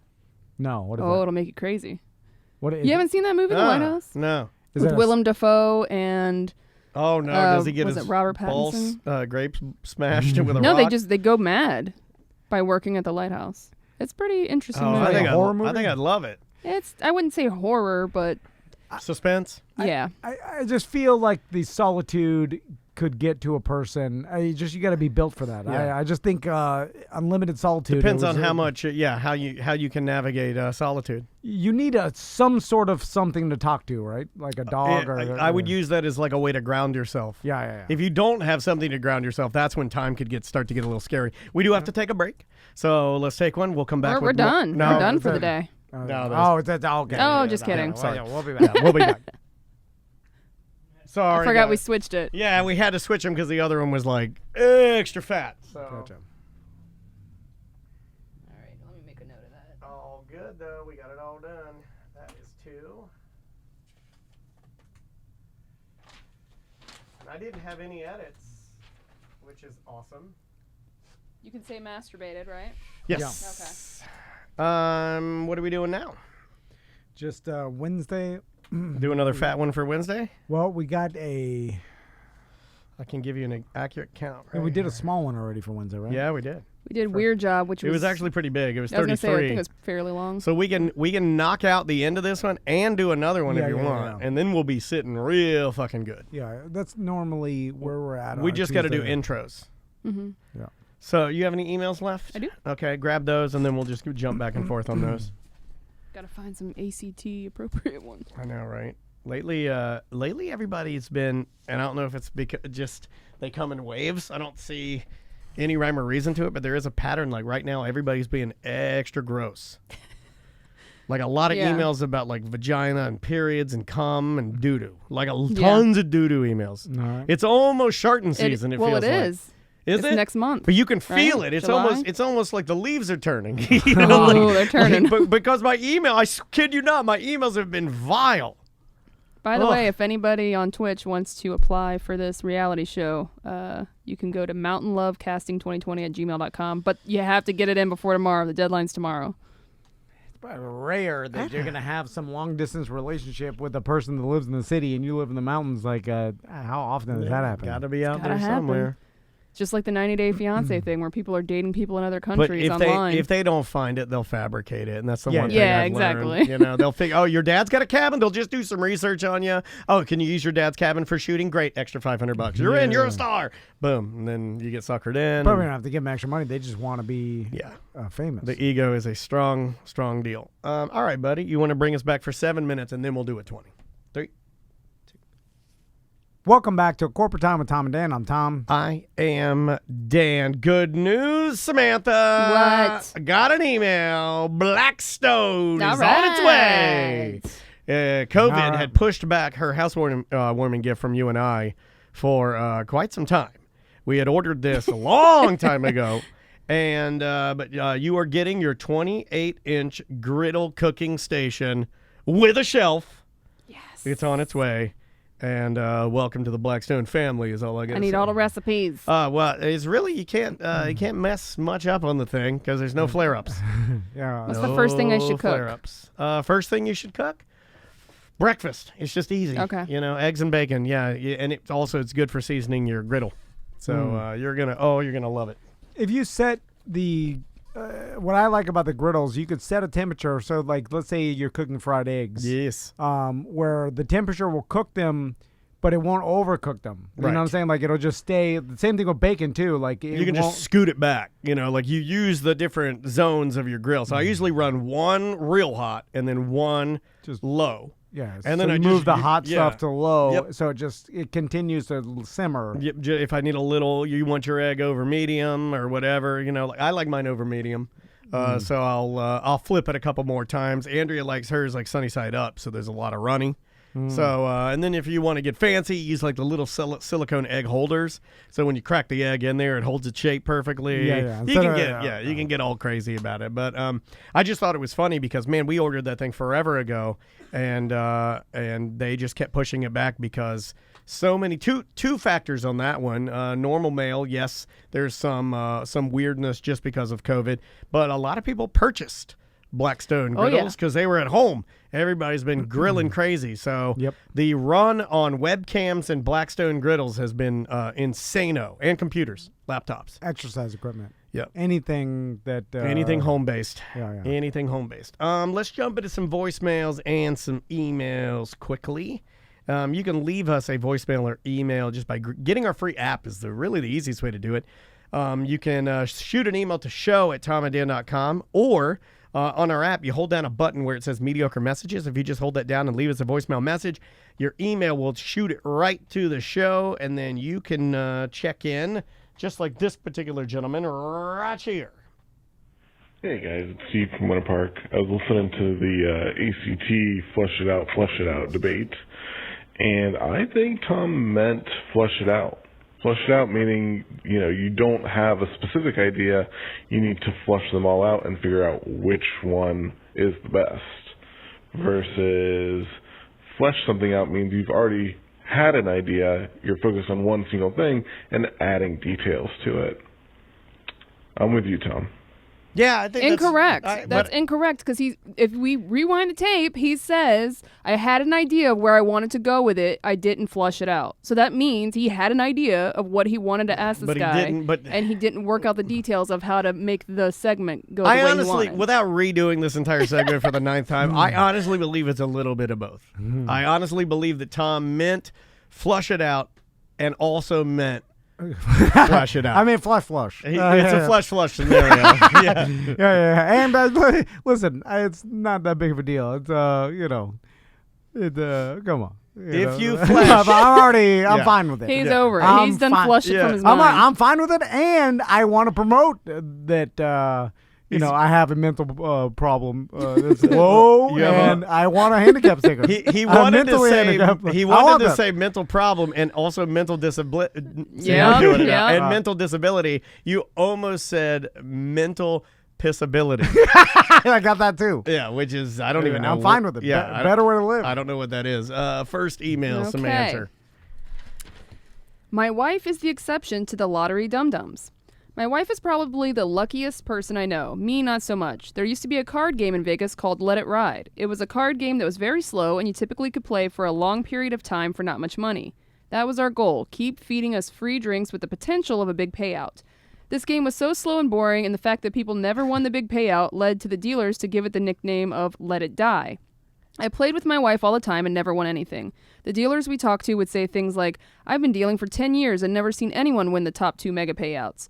My wife has hit the 5-card straight flush, the second highest payout, 2 times. She has won over $10,000 playing this game and used her winnings to pay off her nursing school. My wife also plays the lotto out here in Colorado. We have 2 lotto drawings and 1 Powerball every week, and she never misses playing. She does not do scratchers, only lotto. She keeps track of her winnings. Last year, she won over $1,600. Not a single win. She would just keep hitting $60 to $80 over and over. This year, so far, she is up to just over $500. She has missed the winning jackpot by just 1 number at least twice this year. She has her own special numbers that apparently have some mojo. I keep telling her that at some point... Okay, that's where you lost me. She will hit the jackpot. It's just a matter of time. Yeah, but he's not saying how much money she's in. I need to know what's your net? I will bet my life that your wife will not hit the jackpot. And you can come down to Florida and execute me if she does. Whoa. Wow. Okay, that's first of all, it used to be a different bet. If we want to go back in the Wayback Machine, Tom I don't know why you'd want to do that and then go to jail for murder, but you can. Well, no. I mean, you would have to form a contract. We'd have to get Ray Trindley to form a contract where it would Powerball, I mean. It doesn't matter. Yeah. I've asked this question to Mo DeWitt on my show. That would be, really? Yeah, because It'd be death like by suicide. Assisted suicide. Yeah, assisted suicide. Well, and we'd still go to a jail. place where it's legal. Yeah, But what's funny about I'll go this to Bosnia. is the original Who's going to pay for that flight? The original bet was that Tom would do something to you in a sexual fashion. No, I would. You would do it to me. Oh, I thought, no, it was you do it to the person that wins, remember? Well, why would they want that? No, you do it. Yeah. Well, then they get to like, I don't know what that means. You know, Twitch is getting an eye for right now. I don't know what that is. Look like you're trying to wheeze the juice at a 7-Eleven. If you start going into, she's got the mojo and she's then good you luck, lose it's complete nonsense. I'm gonna win it because my Bible tells me I am. I believe that she's had some lucky streaks, and that's common in gambling.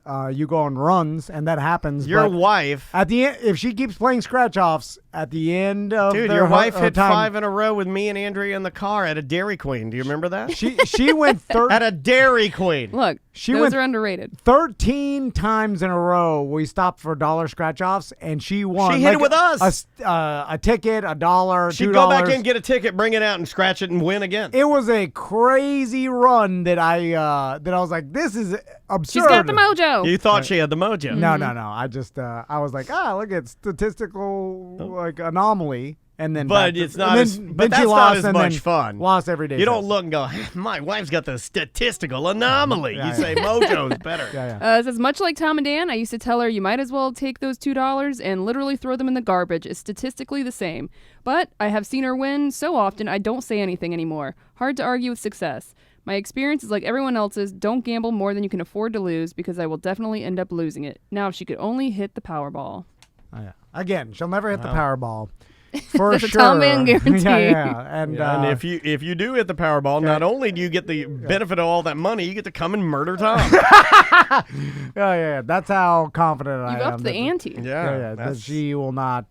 But things do happen, like my wife's food curse, that I do start questioning my own reality and statistics and stuff. Where it's like, how can it get wrong this many times, Yeah. and like something's wrong, something's off, something's Well, not it's right. just because it's not what they typically make, and they're going And it's through also the motions. the thing that you guys always argue is that people hate doing their job, Yes. so they're half-assing it. Well, even at- they're not really paying attention to the order. It happens at vegetarian restaurants too. Doesn't matter. It's a weird thing. Never now, skew from how it's written on the menu, or it's going to be wrong. No. She'll order something straight from the menu, and it will be wrong in some way. Or is she just being picky? I mean, there's a little bit of that, but there's also it's like, wow, this happened. I mean, she laughs it off. What if you order it for her? Still the same? Yeah. They don't know. The food curse gets me too. So if I'm with her, it'll get me or her By association. or someone else. As long as the van Something name won't is be attached to it. I mean, I do say that is an unbelievable run of bad like curse with the. I don't think I've ever wrong. been to go along with. I saw her with the scratch off quote mojo. I don't think I've ever been with your wife where her sandwich, typically it's a sandwich, is right. She's But- always had a wrong sandwich. Again, everywhere we've gone. The fact that she's vegetarian plays into it. She's modifying orders plays into all this stuff plays into the fact that she's a picky old crow plays into it. Stop that. All that. So believe me, I don't believe in anything supernatural. So it's just the way it how- goes. yeah. We got to take a break. We'll take a quick one. Come back with more. A corporate time right after this. Cool. Yeah, Grady Seasons in the Twitch chat's right. The original bet was you get to shit in Tom's mouth. Yeah. Oh, That's suck a dick. no. I think I may have said I'll suck. You your probably dick. have said both. I think I'll it's do all both. three. It's suck a dick, shit in my mouth, then you kill me. Because that would Wow. make sense. Or you could kill me first, Yeah. then suck my dick, and then shit in my mouth. Well, you're hard to. Well, there'd be more to shit in. There'd be a bigger hole in Can't my really head. suck when you're dead. Like you win the Powerball, You you're just like, lay it in there. okay, That's no fun. driving to Florida. Like, it's a- I'm killing this motherfucker first thing. Yeah.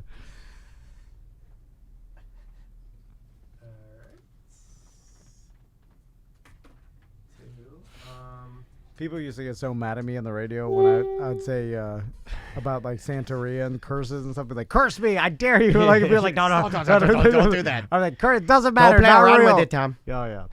Oh, Andres and Leanne used to yell at me all the time. Well, Leanne yells at everyone. Oh yeah, but they believe in Santeria. I'm like, nope, not real. Santeria witches out there, curse me, whatever you want, doesn't matter. And then Andres would like move his chair. He's like, I'm not sitting next to you. All right, bring us back, buddy. Stupid. Continue doing the same thing. Here we go. Yep. 3, 2. Welcome back to Corporate Time with Tom and Dan. I'm Tom. I am Dan. Let's see. What else do we have for voicemails and email? Let's try this guy right here. So I'm a bartender, and we've been open since, the 25% or whatever. We've been kept 25% seating for like the last few weeks and haven't changed it because we haven't even been filling that up. We've had some good nights, had some bad nights, whatever. Tonight, I had people yelling at me because of the curfew, telling me we were kicking them out. It was like goddamn prohibition came around again.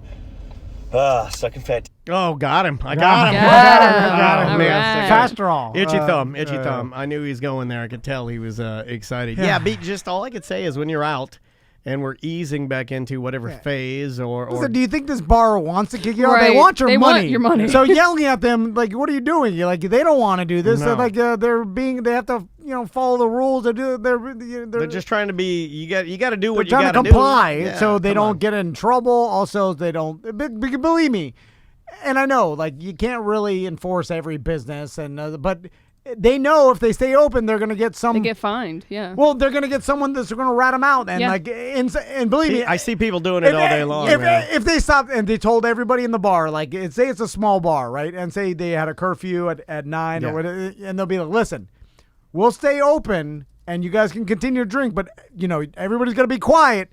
And don't say no. And we're going to turn the lights off. While you're saying that, someone's tweeting, this bar's not complying to rules. Yeah. It's the kid that says, if the principal's going, one more, anybody makes a peep, I'm going to expel it. People, they want to ruin it. And I don't Everybody know. wants to I've ruin never it. understood. Yeah, you're right. Somebody It would makes be. me I laugh. cannot believe you're still. Well, I'll have one more. I cannot believe that. And they know that, so then they have to just kick everybody out and follow the rules. If everybody was cool. Be cool, bro. Also, no one's cool. Let's also be careful with some of the things that we say. When you say things like, "Oh, they're kicking us out," no, they're just shutting the bar. Right. They're not physically kicking you or I'm anything. sure they had the hours posted. Yeah, they're of when they asking had to close politely to leave their establishment. But I never understood the person like, oh, what?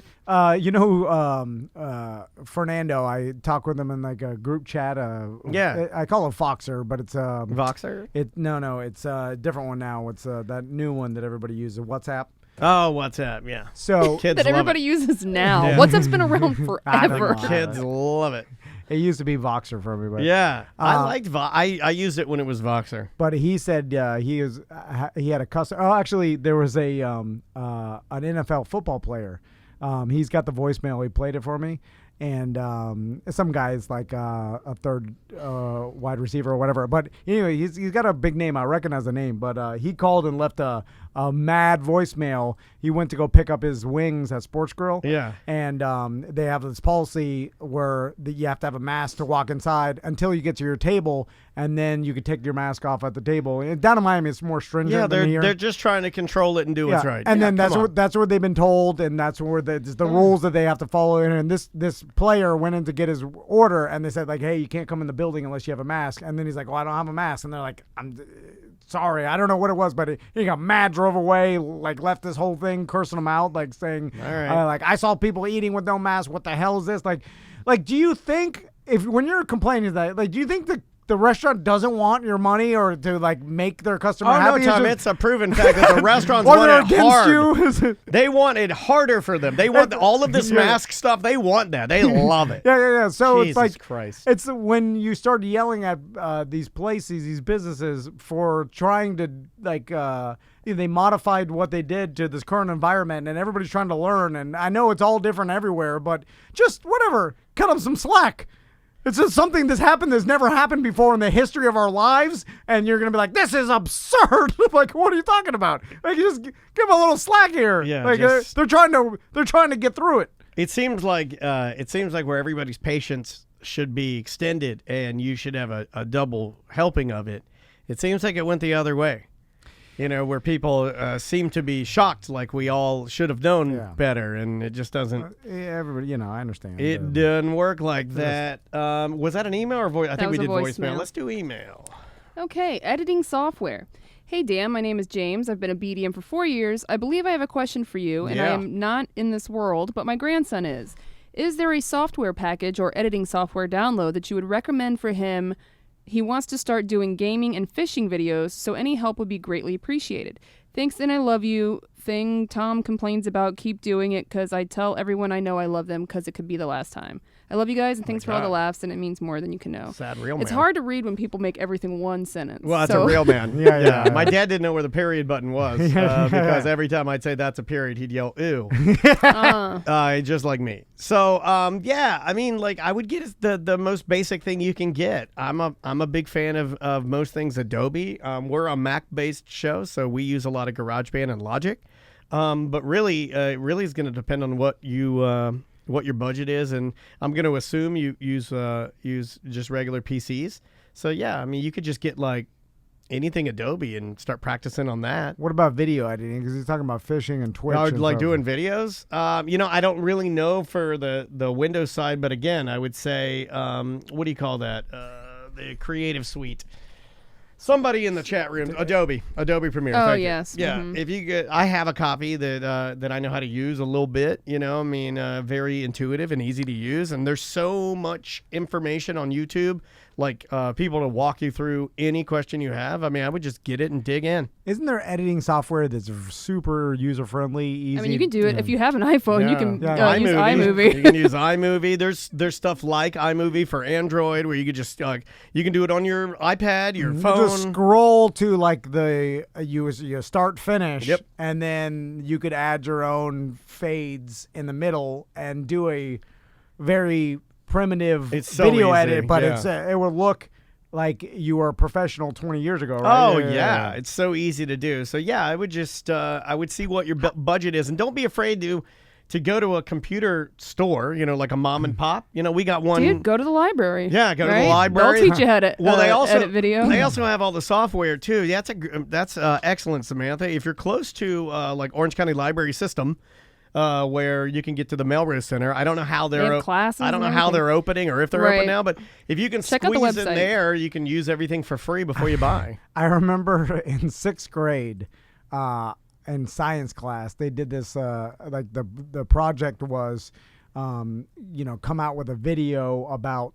some topic or whatever. Yeah. I did mine on the Everglades because my pop-up had the place out there. Makes sense, yeah. And then I remember went out there with my mom's video camera, and like my pop-up took me around the Everglades on his boat, and I just filmed it. And then like he stopped at some like a place he knew where there was a gator, like a head or like a gator hole, and we went there, and then there was a gator. Then he called his buddy at the old Miccosukee Gator, and then like we went there to film that, and it had no idea how, and my mom didn't know how to edit the film together, but my aunt had like basic. I mean, this is filmed on a camera with like a VHS tape. Right. Nice, old like, Panasonic handheld 90s. or shoulder mounted. Yeah. And so she was the only person that we knew, like anywhere. And back then it was like you all knew your family members and some friends or whatever. Been a minute since I made your nephew's graduation video, but I'll give a swing at it. Yeah. And all she did is like, I can't get that happy birthday off of there, but it'll do. she put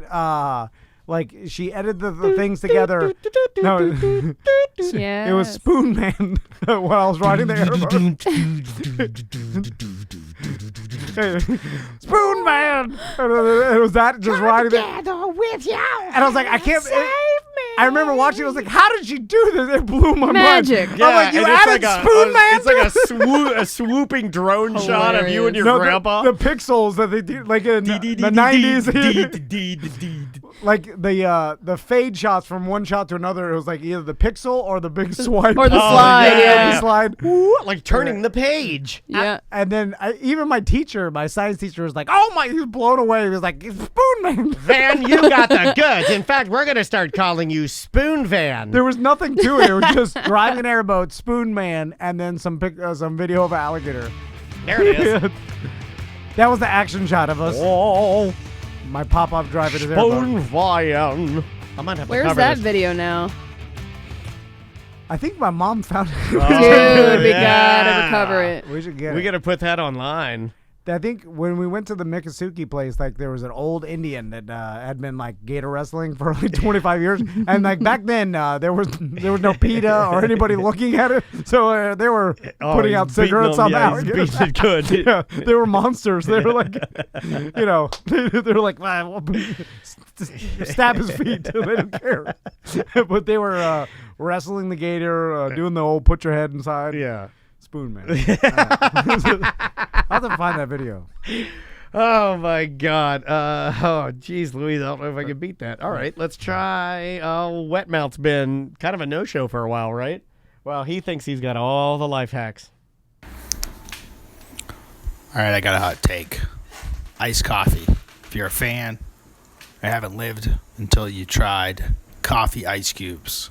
Right? Take some leftover coffee from the coffee pot, dump them in the old ice cube trays. I didn't even know I still had any. I had to dig around and find them. But it's a game changer. Doesn't dilute your coffee like regular iced coffee when it melts. It actually gets more coffee flavor as it goes along. Fantastic. Can't beat it. That's why you got the dry mouth. Too much coffee. You got that dry caffeine, like Stickiness. manager. That's happened to me now. Yeah, you're like a manager of a Tire Kingdom coffee mouth. Yeah, that's what I'm hearing there.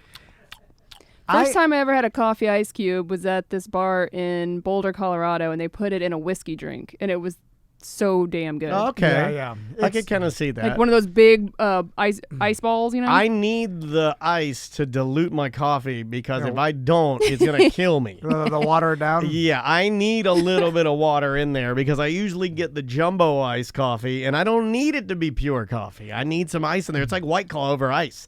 I need that little bit of water to just bring me back to reality. Every couple months, I prepare enough or everything works out where I'll make myself something and it'll be the best thing I've ever eaten. And then I'll realize, I'm like, this is why Juan loves to cook. This is why Daniel loves to cook. love Like it. this is why he makes his own sauce. Like I love it. For instance, I made myself a steak burrito with some of that. Did you use filet. that filet? Yeah. Oh my God, dude! I should've made that. I sous vide That the sounds filet. delicious. I finished it on the grill, and then I cut it into strips. small What else strips. you put in there? And then I took one of my green peppers from fresh from my tower garden. And I cut that up. I took fresh onion, all like great ingredients. And then I was eating it. And I was like, this is the GD best burrito I've ever had. Like, Yeah. I need to do this. Oh, all Juan's proud of you. He said, nice, dude. Oh, he's proud of you. But the problem Juan, is- he's got the bug, man. I won't prepare to have that Right. in the future. And you got to, as a cook or, That's you know, the fun part. No, You have a couple beers while you prepare. I eat it. I'm like, I wish I ate like this forever, and then do nothing in the future to prepare for this again. Yeah. I'll never have all this ingredients. plan together. van. Yeah, Like yeah. I'm already Yeah. sourcing ingredients for my birthday dinner. I don't even I'm Oh, just yeah, already no. pulling stuff. I'm already looking at butcher shops and Your birthday's a million years away from me. Yeah, it's this Friday. My God, I can sir. I can never now. I can imagine drinking coffee with coffee ice cubes, where it's like it doesn't dilute, it's perfect, whatever. But I'll never put the coffee to pre-freeze the ice cubes to enjoy that later because Right. it involves prepreration. Also, I'm bad that's at a prep. weekly thing. I also didn't like that Wetmouth said, "Oh, I had to search around in that. Let me see if I still had some." I'm like, ew, some old freezer burn coffee has been back there for a year and a half. Nah, man, you don't want it to be that old. Is freezer burn like okay? It just changes the flavor, I believe. I think it's still edible, and I don't think it harms you, but I do think that it can It takes away a lot of the taste. yeah, or gives you a sour. It dries it out, right? It, like, think so. it takes Yeah. the moisture. Yeah, it's changing the molecules of the actual flesh. I don't know. I made that part up. Well, But it sounds right. It's like taking all the water out and then turning the water into ice, and then that I don't know. Yeah, it's making it bad. I don't Yeah, know. it's not good. Like I had some chicken wings that I'd put aside that I'd sealed up in the same bag. It's just like regular frozen chicken wings. Man, I pulled those things out, and for whatever reason, freezer burn to me just has a distinct kind of like it almost smells like a ice coffin or something. Like it's just Kind of sweet. It's almost void of smell. Yeah, you're Yeah. right. It's like I don't know what it is, but Yeah. I don't like it. Mm-hmm. You know, like, and I think you could still cook it. It would probably still Yeah. like you may not be able to tell, but I just I look at it. It looks unappetizing to me. It's got that weird thing where it's like almost like the ice If it's has meat, it invaded seems the to meat. always like make the meat tougher if it's freezer burnt. Agreed. I remember when I was a kid, Those steaks though, ooh, they were good. we'd Yeah. go to my grandma's We need house, some more steaks. Yeah, we need to take the secret meat man. and she had a big tub of Neapolitan ice cream. Oh, my Yes. dad's favorite. And, God bless you. And she had it for years. No. And it like the cardboard, the cardboard top that just Yeah. goes time. Like Yeah. that was and it was all freezer burned. Oh yeah. And then It starts growing a colony in there. every time we were over there, she'd be like, "Want some ice cream?" And she'd take it out, and then she'd get a scoop of she'd cut the burn out, like scoop the burn out, Cut the burn out. and then she'd get scoop, and then we eat And it was fine. And I'm not even kidding you. It must have been 5 years of eating the Yeah. same. It was like a big Yeah, Neapolitan. like a jumbo. It almost looked like a wheel of cheese. We had that. and she'd give it like a scoop a It's a week Florida thing, I think. or whatever. Whenever we were over there, and freezer burned. It could have been 10 years old. Yeah. Who knows how long it was in there? You never know. We ate it. I got some Chinese mustard in my refrigerator. I looked at. I was eating it with some wontons that Andrea ordered. We didn't have. They give you the packet sometimes of like Yeah. the hot Chinese mustard, but they didn't give us any. So I was like, I wonder if we have any hot Chinese mustard. I'm looking around there. Sure enough, we got a bottle of but it's the better one. It's a little bit spicier, a little more horseradish. So I mix it up, put it on there, I start eating it. I look at the bottom. When do you think this bottle? 2018. You got to do better than that. 16? You got to do better. No. Really? That's 4 years old. That's pretty old. My God, man. You sir. ready? It's still in there too. I refuse to throw it out. Andrea thinks I'm psycho. 2013. Whoa. Oh my 2013 Chinese mustard, still good. Tastes as good as the dad bought it. Now, there's some food products that will Juan, he will says not go mustard bad. never expires. Yeah. Wow. And I swear to God, it doesn't Did not know taste that. weird. It looks fine. It's not crusted. There's no mold. It's fine. There's a lot of food products that just put an expiration date only to help their own sales because they hope you'll throw it away after a while because technically it will not expire. Like hot sauces and stuff like that. Yeah. There'll be a crust on it or whatever, but Yeah. One of the largest it'll never fights. get bad to the point where it make you sick or anything. One It's of fine. the largest fights that me and my wife got into, and you guys knowing the relationship I had with my dad and his and my love for popcorn, will understand. My dad had this jumbo jug of artificial yellow, like beach sand, fine yellow butter-flavored popcorn salt. It was the consistency of Wendy's salt. You know how Wendy's salt is like dust? Yeah. It's the better salt. If you're going to salt fries, use the dust salt. It gets everywhere. It grades the sides and corners of your mouth down so they turn red. But I had this jug of popcorn salt that I loved, and I made popcorn. I would use it, and it was my dad's. And I think he had it from like 1991 or something. And it was old. I mean, and we still have 3/4. It's salt, though. Yeah. And my wife threw it away, and it was also like one of the last things I had to remember my dad by was this jumbo thing of artificial butter salt, and she threw it away, and now I can't find it because the company, it's called Verisol, went out. It was like you bought it for commercial popcorn machines. You can't find it anymore. Yeah. You been to, what is it, Encore? They don't have it. They have a different brand. They have something similar, but they don't have that one. You gotta hold her down and cut her hair off. That's the only way. I gotta kill her. Yeah. No, just cut her hair off. Okay. Oh yeah. It's Oh, I thought you said cut her head off. No, that's too far. I agreed to that. I can never cut her hair, sir. You're a terrible person. It's the old killing her is okay, but cutting her hair is. Didn't they used to do? Do that? I cut it crudely, or do I give her a good do I give her like a kid and play high top fade? I feel like or Sergeant Carter. That's like an old school psychological punishment for women. Is like you just cut their hair off. And then it like scars them deep or something, something like that. Well, it takes so long to grow it back. Yeah. I feel like that's an old school mentality. Yeah. I'm just, you I gotta think, go old. With for my wife, if you did, she'd never go out again. She'd buy wigs. Yeah. She would never go out again. And then it would start growing. You go through that weird phase. Yeah, growing your hair back when you cut it short. Where it's like this size. You know, like when your hair grows down, you part it in the center and it grows down to like your eyes. Your hair just looks like an open book. Yeah. You know, it's horrible. Yeah, you get the Dutch boy. Yeah. Then you can't the butt cut. You can't put it in a ponytail. It's too short. No. It falls But you try. You put it in the tiniest little trying pony. Didn't you have a mohawk with your Liberty Spikes side? Well, I had a shaved? mohawk first. Yeah. How was it growing that back? Oh, it was awful. Yeah. Like because you have long and top. Like so, when the sides are growing. I ended up chopping the hawk down to the side length. Okay. Yeah. And then I just had like short little spiky hair. So you had like a I got Susan, called a dude a lot. like a Susan Powder. Well, you would because you're taller. Yeah, so but course, I also had double target. D's in high school too, so it didn't make any sense. You didn't strap them down? No. A lot of girls do because I don't want to be made fun of. I strapped mine down until I had the reduction. Save my back. Yeah. You know, sometimes you just got to do what you got to do. I don't like the way I look in evening gowns anymore, but at least my back feels better. Right. I've been thinking about it. Why, strapping them down? Or chopping them off. Chopping them off? Oh. My husband wouldn't. I would advise you to not.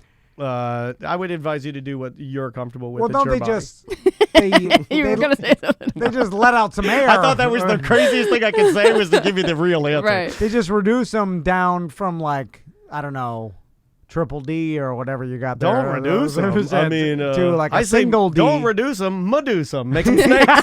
Make them long snakes. Just stretch them out. That'd be worse. How do they take the fat out even? I've been enough? watching this. I've been watching that show Botched. I'm addicted to it now, and Andrea's mad at me because she can't watch it. I can't watch that It's kind of disgusting. It is the most disgusting show on TV. Because the boob fat, it's not like it's liquid where you just take some out and it'll all even out. Like wouldn't there be like a big divot on the divot? If you took the fat out the top, there would be more on the bottom, right? It doesn't just even out. No, how does that work? It's like liposuction, right? So I think it's that yellow fat, right? Yeah. It's that. So all dense. So all the fat in there, just like moving around, like it was just. No, I think it's attached. I feel like I don't think it's free floating. But what I'm saying is like, okay, well then if you take some out, then there's gonna be a divot. You know what I'm saying? Like no, you're right. So how do they have to sculpt it? They gotta sculpt it. Okay, in this one Scoop 'em episode out. of Botched, get this. In this one episode of Botched, the dude takes implants out. This is the new thing that's like, it's like people are doing this like crazy. Like he says that it's 90% of his business now, and this guy's like the biggest and the best. Taking old implants? Taking old implants out and then using, because you're going to stretch, but then he uses the stretched skin tissue and through like angles, meaning like cuts, He makes cuts like a piece of fried bologna. I don't mean to make it sound like that. Origami. But the only way to make a piece of bologna that you're frying not bubble up is to cut a slit in the side. That way it'll lay flat for your sandwich, right? He does the same thing with boobs, and then he stitches them up, and then they look great. Like it's amazing. They're like perkier, But he does it with no implant in. But remember, he's got a lot more of the saggy like skin that he has to remove and like re-stitch to give it shape. It's pretty remarkable what he's able to do. Like I'm not a big plastic surgery guy, but it's pretty amazing what he's able to do. Isn't there like procedures now too where they'll take and use your own body fat and then inject it into your boobs as like and your butt. Enhancements, right? Yeah. That seems natural. Like I had my boob using your own fat. Well, what difference does it make if it's fat or if it's silicone or whatever? Not really. It seems like more quote natural to use your own like fat. I removed my boob fat and put it in my ass. But now my ass nipples are hard. Weird. Dude. I don't even know what that means. Dude, that's not even a thing. If you got the correct amount of money, they make some good plastic surgery. Like me and you, we all can look a lot better. Oh, yeah. How dare you? No, you look great. I'm just saying. Backtrack. Should have done what I did. Should have bailed on it. You look at the celebrities. You're like, oh my god. Everybody here on the show, who would you most like to see naked? Oh well, come on. He wants to say Butler. Say it at the same time. Ready? 1, 2, 3. Butler. Oh. I just want to see how hairy he is. Because I have a feeling he has so much butt hair that he almost wears a black diaper. It comes around his ass. Like I feel like he looks like diaper. He's sitting in a black champagne glass. When your pube triangle, it's not a triangle. It's wide, obtuse on the top, and then it almost connects to your butt diaper. What? Exactly. He's got the pubuta triangle in the front. It almost comes. And then in the back, he's got and the hair butt diaper. And when it connects the land it looks bridge, like he's wearing black carpet chubbies. When your crabs can walk across the bridge, like a land bridge. Like that's how the Indians got to North America. How did you guys get here? Well, we walked across the pubes. Of course we did. He is definitely hairy. Oh, we got to take a break. Okay. It's probably time. The alarm went off. We'll be back. Welcome back to Corporate Time with Tom and Dan. I'm Tom. I am Dan. I've been having a lot of fun dipping our toe back into voicemail and email world, so let's just continue with it. What do you say? Yep. Also, let me plug the Father's Day Please, stuff. gives me time to get our next one. We have a Father's Day bundle on tomanddan.com right now. If you know that person in your life that's interested in our show or likes our show, maybe this is the right gift for them, or just buy it for yourself. It's with the Realman logo. And there is a coffee mug, a grilling apron. There's a Tom and Dan cutting board that fits in your pocket. A big foamer koozie. If you don't know what that is, it's the traditional 80s style can koozie that's big and poofy, the one that floats, the one that probably your dad loved to put his white label Budweiser in. Most mediocre, or world's mediocre's dad, the coffee mug. The stone coasters. Those things are awesome. Yeah. You'll see it all. And there's a Realman shirt. If you want that as well, all on tomanddan.com, and I know that they're selling pretty good, so try to get them this week. I believe we'll still have them for at least another week. Also, we have our pre-order of our leggings, too. Oh, yes. Which also comes with you can either do leggings, the capris, or the shorts. Yeah. And there's 2 different colors. Guys, girls, whatever your flavor, these are for everybody. I'm actually getting a pair of the leggings. 4-inch booty shorts? Yeah, I'm getting the 4-inch booty shorts. Well, I can't let Butler outdo me with his hair diaper. Oh, I should get the pair of the 4-inchers to wear at my house. Just that. Yeah, because every day I've been getting home and I change into my home shorts. Yeah. Which is my old, like there's paint all over them. Yeah, I do that too. I call that loungewear. Yeah. And then I just take my shirt off, and so I go no shirt, tiny dukes. Yeah. And then a headband, and then I will go about my day. My whole family is now trained to come home, and everybody now changes into some sort of athletic wear, even May.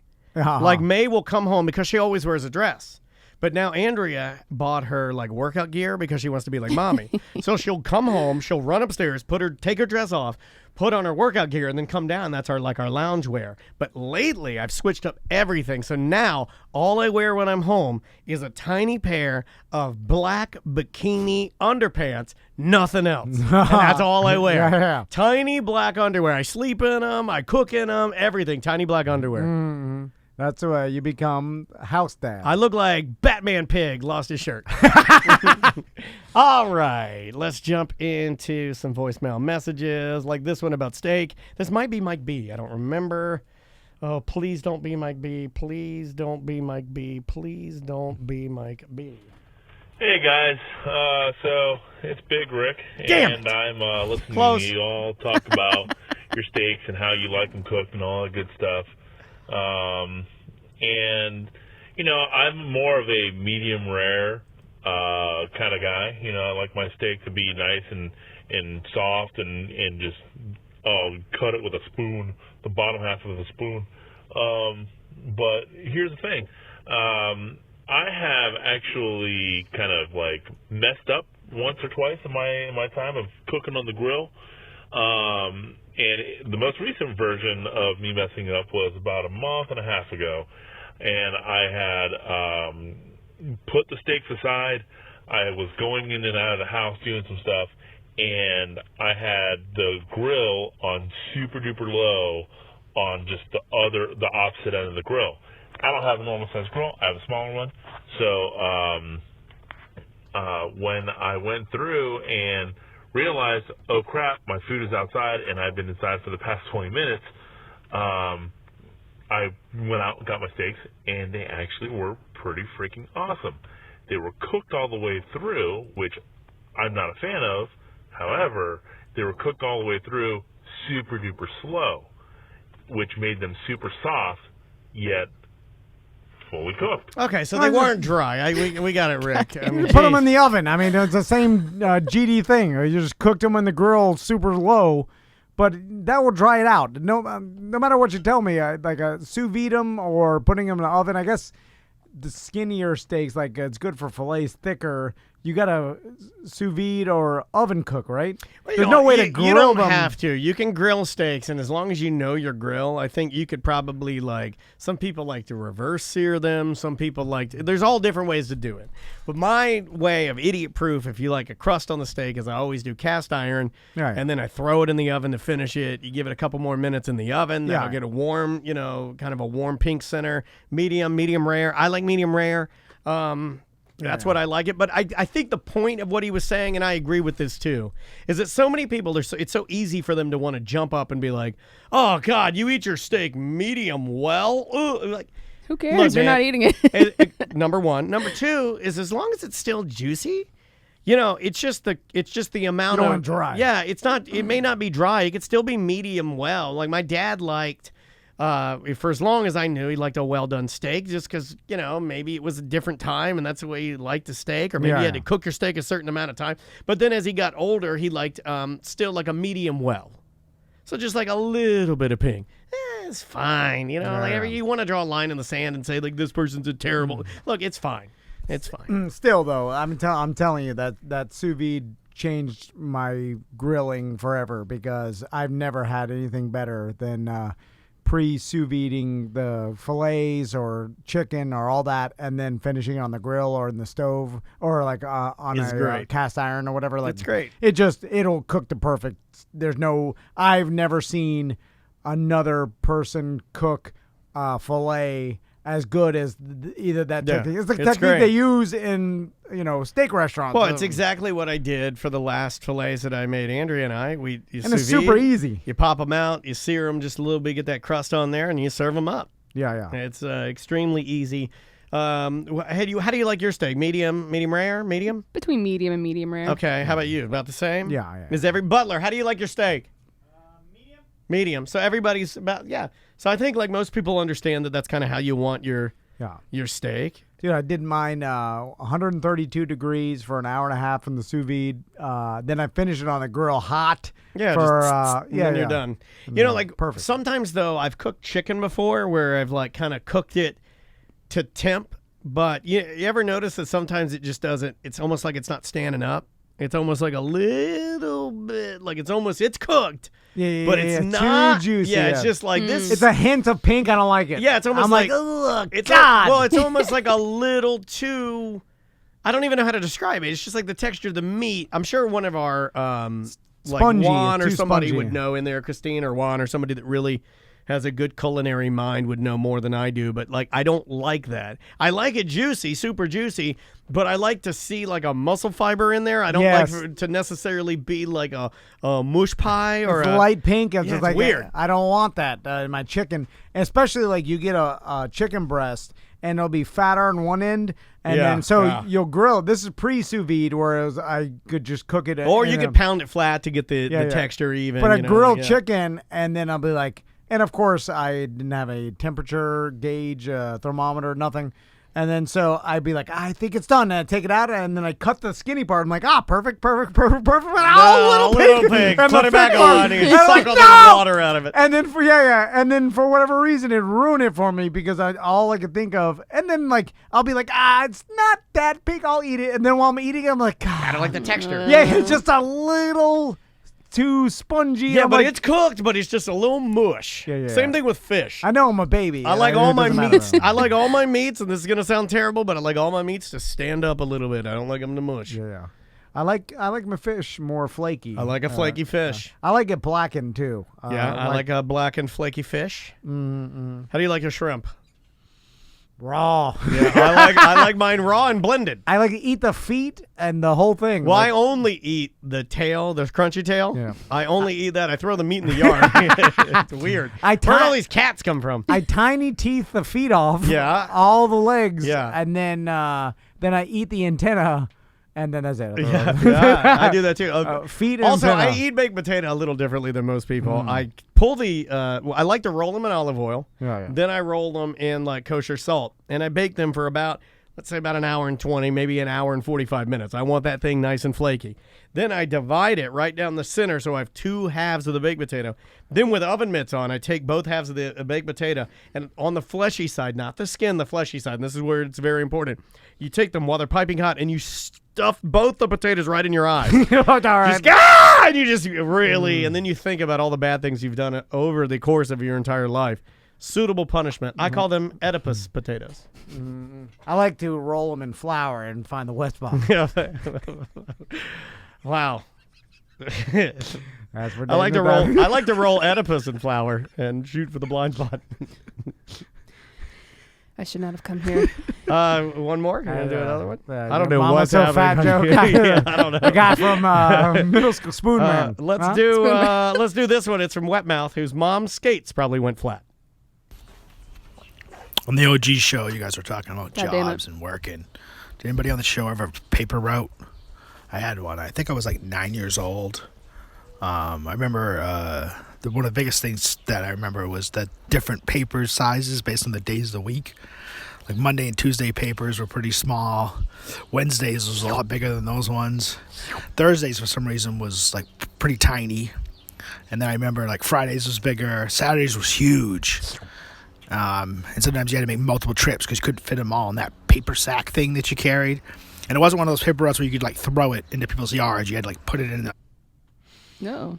Wet mouth here. You're too wet. It's almost like he's I like found getting the wet spot. It's like he's getting horny, like talking about paper. Yeah. The different sizes of paper. Maybe he's breathing his mouth shut like Tom did. I didn't believe that kids actually had paper routes. Like I thought it was a movie thing, like Dennis the Menace. $2. Like I didn't. $3. I forget that from Better Off Dead. In Miami, I didn't know anybody as a kid that had a paper route. I think it's just Miami didn't do that. Yeah. I'm sure they did, but We didn't. All the paper routes that we had around here were done. You never heard about the disappearance of Johnny Gosh? No, what is that? That was in the 80s, right? Johnny Gosh? Was it a Johnny Gosh? Yeah. Was it a I kid have in a no paper idea. route? That sounds like a And porn someone star. Disappeared abducted in the him? middle of the morning, never to be seen again. Whoa. Wow. Where was that? What city was it at? Like, That was like Johnny oh, God, Gosh? that was, I want to say, Wisconsin. yeah, it seems like paper route is like a small town. Well, the kid's only job. paper routes we had were it's always the guy with the white van who looks creepy. He's got He's got the haircut of Muscle Man from what's that cartoon you like? It was Iowa. Sorry. Regular show? Oh, yes. Is his name Muscle Man? Yeah, there is a Muscle Man. Yeah, Muscle Man. He's got the Muscle Man, like Incredible Hulk, like, or Doc Ock black haircut. Drives a white van, throws paper out the passenger side. They're usually like, they're not too fond of society and, like to be left to their own devices and deliver the paper and like 3:30 in the morning, and that's it. I remember we used to talk to a paper route guy. There's a couple of BDMs that used to do that. Didn't we talk to someone in a Wierd Job Wednesday that had a paper route? I think so. Yeah. And they drove around in a van and they delivered paper. Oh, man. Orlando Sentinel called me the other day. Oh, they get you again? Didn't we get that canceled? I thought he sent it to his mother-in-law's. I don't know what happened to it. It's not showing. Now it's sitting in space. It's not showing up anywhere. I'm not charging you, or are they charging you? Don't know. Hard to tell. Hard to tell. Yeah. I have no idea what card I gave them or whatever. But they called me, and I had the balls. I stood up for myself, and I'm like, you listen here, paper. You're not gonna clown me anymore. Because she was like, I see here that you temporarily. You're a bully. You're a bully. And then I said, you know what? I don't need the subscription anymore. I just don't use it. I'm gonna have to cancel. I'm sorry. I'm gonna have to cancel. She's like, all right, here's your cancel. Thomas, you've never acted like this before. Now I'm standing outside. I'm high on it. And she's like, all right, no problem. Here's your cancellation number. Do you got a pen? I'm like, yeah. And then I did. Of course not. And she tells me this long number. She's like, you just have to call this number and give them that number. And then you're like, hold on, now I really have a pen. No. I just pretended to stand there because I didn't want to go Yeah, but then inside. nothing happened. And then she gave me the number. I'm like, okay, thank you. And hung up. And I'm like, this will never end. Oh, my God. But it was ending that time right there. But it wasn't. Because No. she already had you on the She hook knew. to give you the new number to call and give the number again. I know that this will come back to haunt me, but right there, I was like, I'm done with it. What a racket. It is. It really Here's is. a confirmation number. Call this other number and give them to him. No, you give them the confirmation A number. lot of That's how they places stay alive. a lot of places make you do that. Sometimes something will just show up on your bank statement with a number. Then you got to call that, get a hold of Tom to cancel your BDM membership. I'm sorry, Orlando Sentinel, but you are providing a service that nobody wants anymore. I know you know it, and deep down in your heart. Now the website. So they need you. So you're part of the problem. The website's fine and But everything. you're propping them up. Yeah. Because I'm, they're staying alive because of people like me that won't call the number and give them the number or Right. like whatever. But nobody wants it. Do you know anybody? I know there's still. I mean, there's probably tons of BDMs that read the newspaper and stuff. But it's, I don't know about that, buddy. It's no one can argue that it is on the decline, right? No. We all know. And the thing about when you're on the decline, there's only so low you can go. From our Twitch chat room. So there's that. People just reacting to you. We have a WTF, rather. We have a good Christ. People just surprised at how you react to things. Then this is from a listener, bestest username. He says, my friend subscribed me to Modern Cat Magazine, and I can't figure out how to cancel it. So you have that. And Chungus just laughed at you. Norm. Norm's just laughing at you. Yeah. It's, no way to live. You'll like this Don't one. live like me. We talked about Kavanaugh. We're not a political show, but a couple of weeks ago we talked about how funny that exchange was with him about beer. And check this out. You'll like this. All right. So I rewinded a little bit and remembered what I wanted to talk about. You're talking about Kavanaugh and beer and friends and beer, my friends and beer. My wife and I just got a new horse, and its name is Do You Like Beer Senator? That's what its name was on the racetrack. Wow. That's it. Its new name is Guinness, but its official racetrack name is Do You Like Beer Senator? Hold on. I want to find out that you have a racehorse? Yeah, they have retired. They have right? two. It would be a retired racehorse. Oh. But I guess he and his wife have two horses. That's the second BDM listener that's called up and said they have multiple horses. And y'all got money because my dad had one horse and he had to sell it. Could barely hold on to that, I think. Dude, Ocala is like Horse town. horse country. It's a lot of racehorses come out of there. It's like they breed a lot over there, and it's like a big time horse money. Oh, there. bestest username. I just talked to him. He says my horse was supposed to be named Whiskey Tango Foxtrot. They named it Foxy. I have 2 horses. Ha ha, he says. Huh. You guys are horse crazy. Let's have a meetup where everybody just ride your horses. I will miss that one. You don't like horse? Oh yeah, that's right. Oh yeah, you had a horse doo-doo on you in like what? Aruba? And one try and bite my legs off. Well, I mean, you were voted most biteable legs on the show. They're the longest. Bestest username wants you to know it's a she. Oh, it's a she. Sorry, apologies. The horse racing world is fascinating because people are equestrians real into. You're either really into horses or you're not, right? Yeah. It's not like you dabble in horses. Hard to do that because it's like to own a horse. Like you need land, you need a freaking stable. Like I don't know.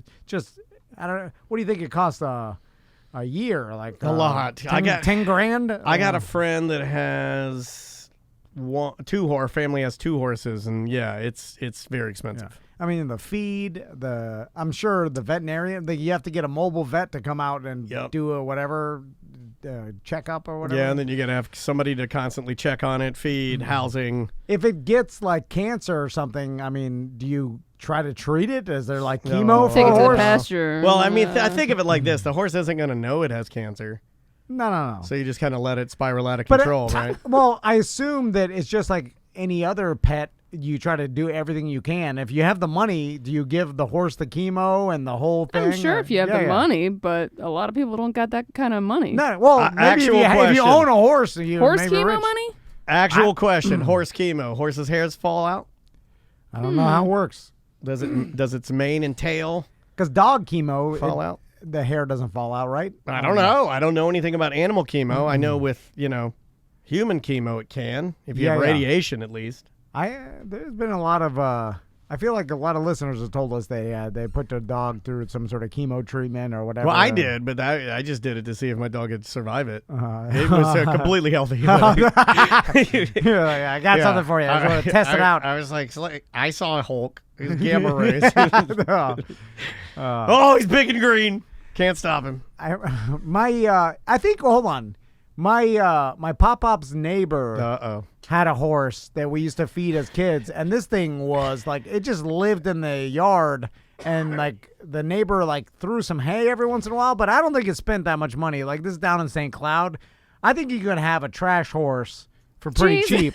Yeah, like a house horse. It'll eat. It'll drink. Like there's like it drinks the puddles. It eats. It's eating grass, and then you just get a bale of hay. You still got to feed it some kind of grain, right? Nah, like a hay. It'll eat trash. Like if you dropped my mother-in-law has like 2 horses, and trust me, it's expensive. Hey, next time you're there, drop a styrofoam cup from Chick-fil-A that had like diet lemonade in it, and that thing will go crazy. It'll eat all this. Oh, it'll use its big Busey teeth to chop the whole cup up. I think you can get some oats and a square block of hay for pretty cheap. And a salt lick. You need a salt lick. I bet if you had the land. Because it depends on, like, you have 5 acres down in St. Cloud. Yeah. If you have, like, a cheap old barn. You blindfold the horse and just drop him out there. And I bet you can keep it alive. You could get away with a bus stop, I feel like. There's some gross talk in the chat. $75 a month, you can keep a horse alive. No problem. About the hygiene of horses. Anybody that doesn't believe that, get us a horse and give us $75 a month. We'll keep it alive, I guarantee you. We'll put it in the bathroom. Yeah. It'll kick Butler crazy. Oh, my God. It'll kick him into the fish tank. A horse would not fit in our bathroom. Oh, it would. No way. You'd have to cut it in half. In there. Yeah. You have to put blinders on it when you go number 2 so it doesn't kick you off the toilet. I'll be trying to push his ass in, and I'll be like, turn your head sideways, horse. Yeah, squish him in there. Put his head in the toilet and push his ass near the recycling bin. Oh, God, it kicked me. Kicked my femur in half. It kicked my toes off. Oh, has anybody seen the salt water for the fish tank? Oh, stupid horse drank it all. Now he's got diarrhea. You idiot horse. It ate a Busey fish. Over the weekend, your stupid horse broke out of the bathroom and tiny teeth all of our fish. There's only one left. It got diarrhea from the salt water. And I only got $65 left to keep this thing alive. I already bought $10 of scratch-off tickets. It chomped all the coral. You idiot. Okay, let's try one more. Okay. I'm sorry. Oh my God. Let's try this one. Hey everybody, listening to ACT from a few days ago, and you're talking about movies and not having the power and internet going out in the doomsday scenario. I read a book that terrified me, and I'm no crazy prepper or anything, but I am afraid of it. It's called 1 Minute After the power went out. Somebody spun a nuclear bomb up into the atmosphere and shut down all our power. And we're only 72 hours from chaos. 72 hours. Yep. That's what happens. Thought we did on a high note. It's yep, that's the way it goes. There's a lot of scenarios that would be very bad. The joke's on you guys. I'd open up this studio and I'd jump on that horse and I'd ride out. And I won't need cars. I won't need petroleum where I'm going. I'm gonna ride that horse to the cheapo barn and live in there. You could sit there and scare yourself with playing out like how horrible these scenarios would be, and they will be horrible, and most likely the majority of everybody listening will die a horrible death through starvation or people killing each other or whatever. But then you look at what are the chances of that happening? Pretty damn small. And then you go on with your life and stop thinking about it. I like that. Because you could prepare for it. Seemed like a lot of trouble for a statistically small chance of probability. Yeah, I agree with that. We got to get out of here. Yeah, you're a weirdo and people are laughing at you. Yeah, don't be a weirdo. Yeah. Just go sous vide steak. It's a better enjoy way your to life. Yeah, enjoy your life. Feed a horse some peanut butter and sous vide steak. Just remember, when the preppers eventually die of a heart attack or a cancer or something, they're mad that the world didn't end. Yeah. Just think about that. That's true. You don't want to die being mad that you don't want to fall over, have a heart attack on 28 cans of beans. That's not good. You're like, no, I wanted it to be worse. I had all the beans. Oh. Okay. We'll see you tomorrow.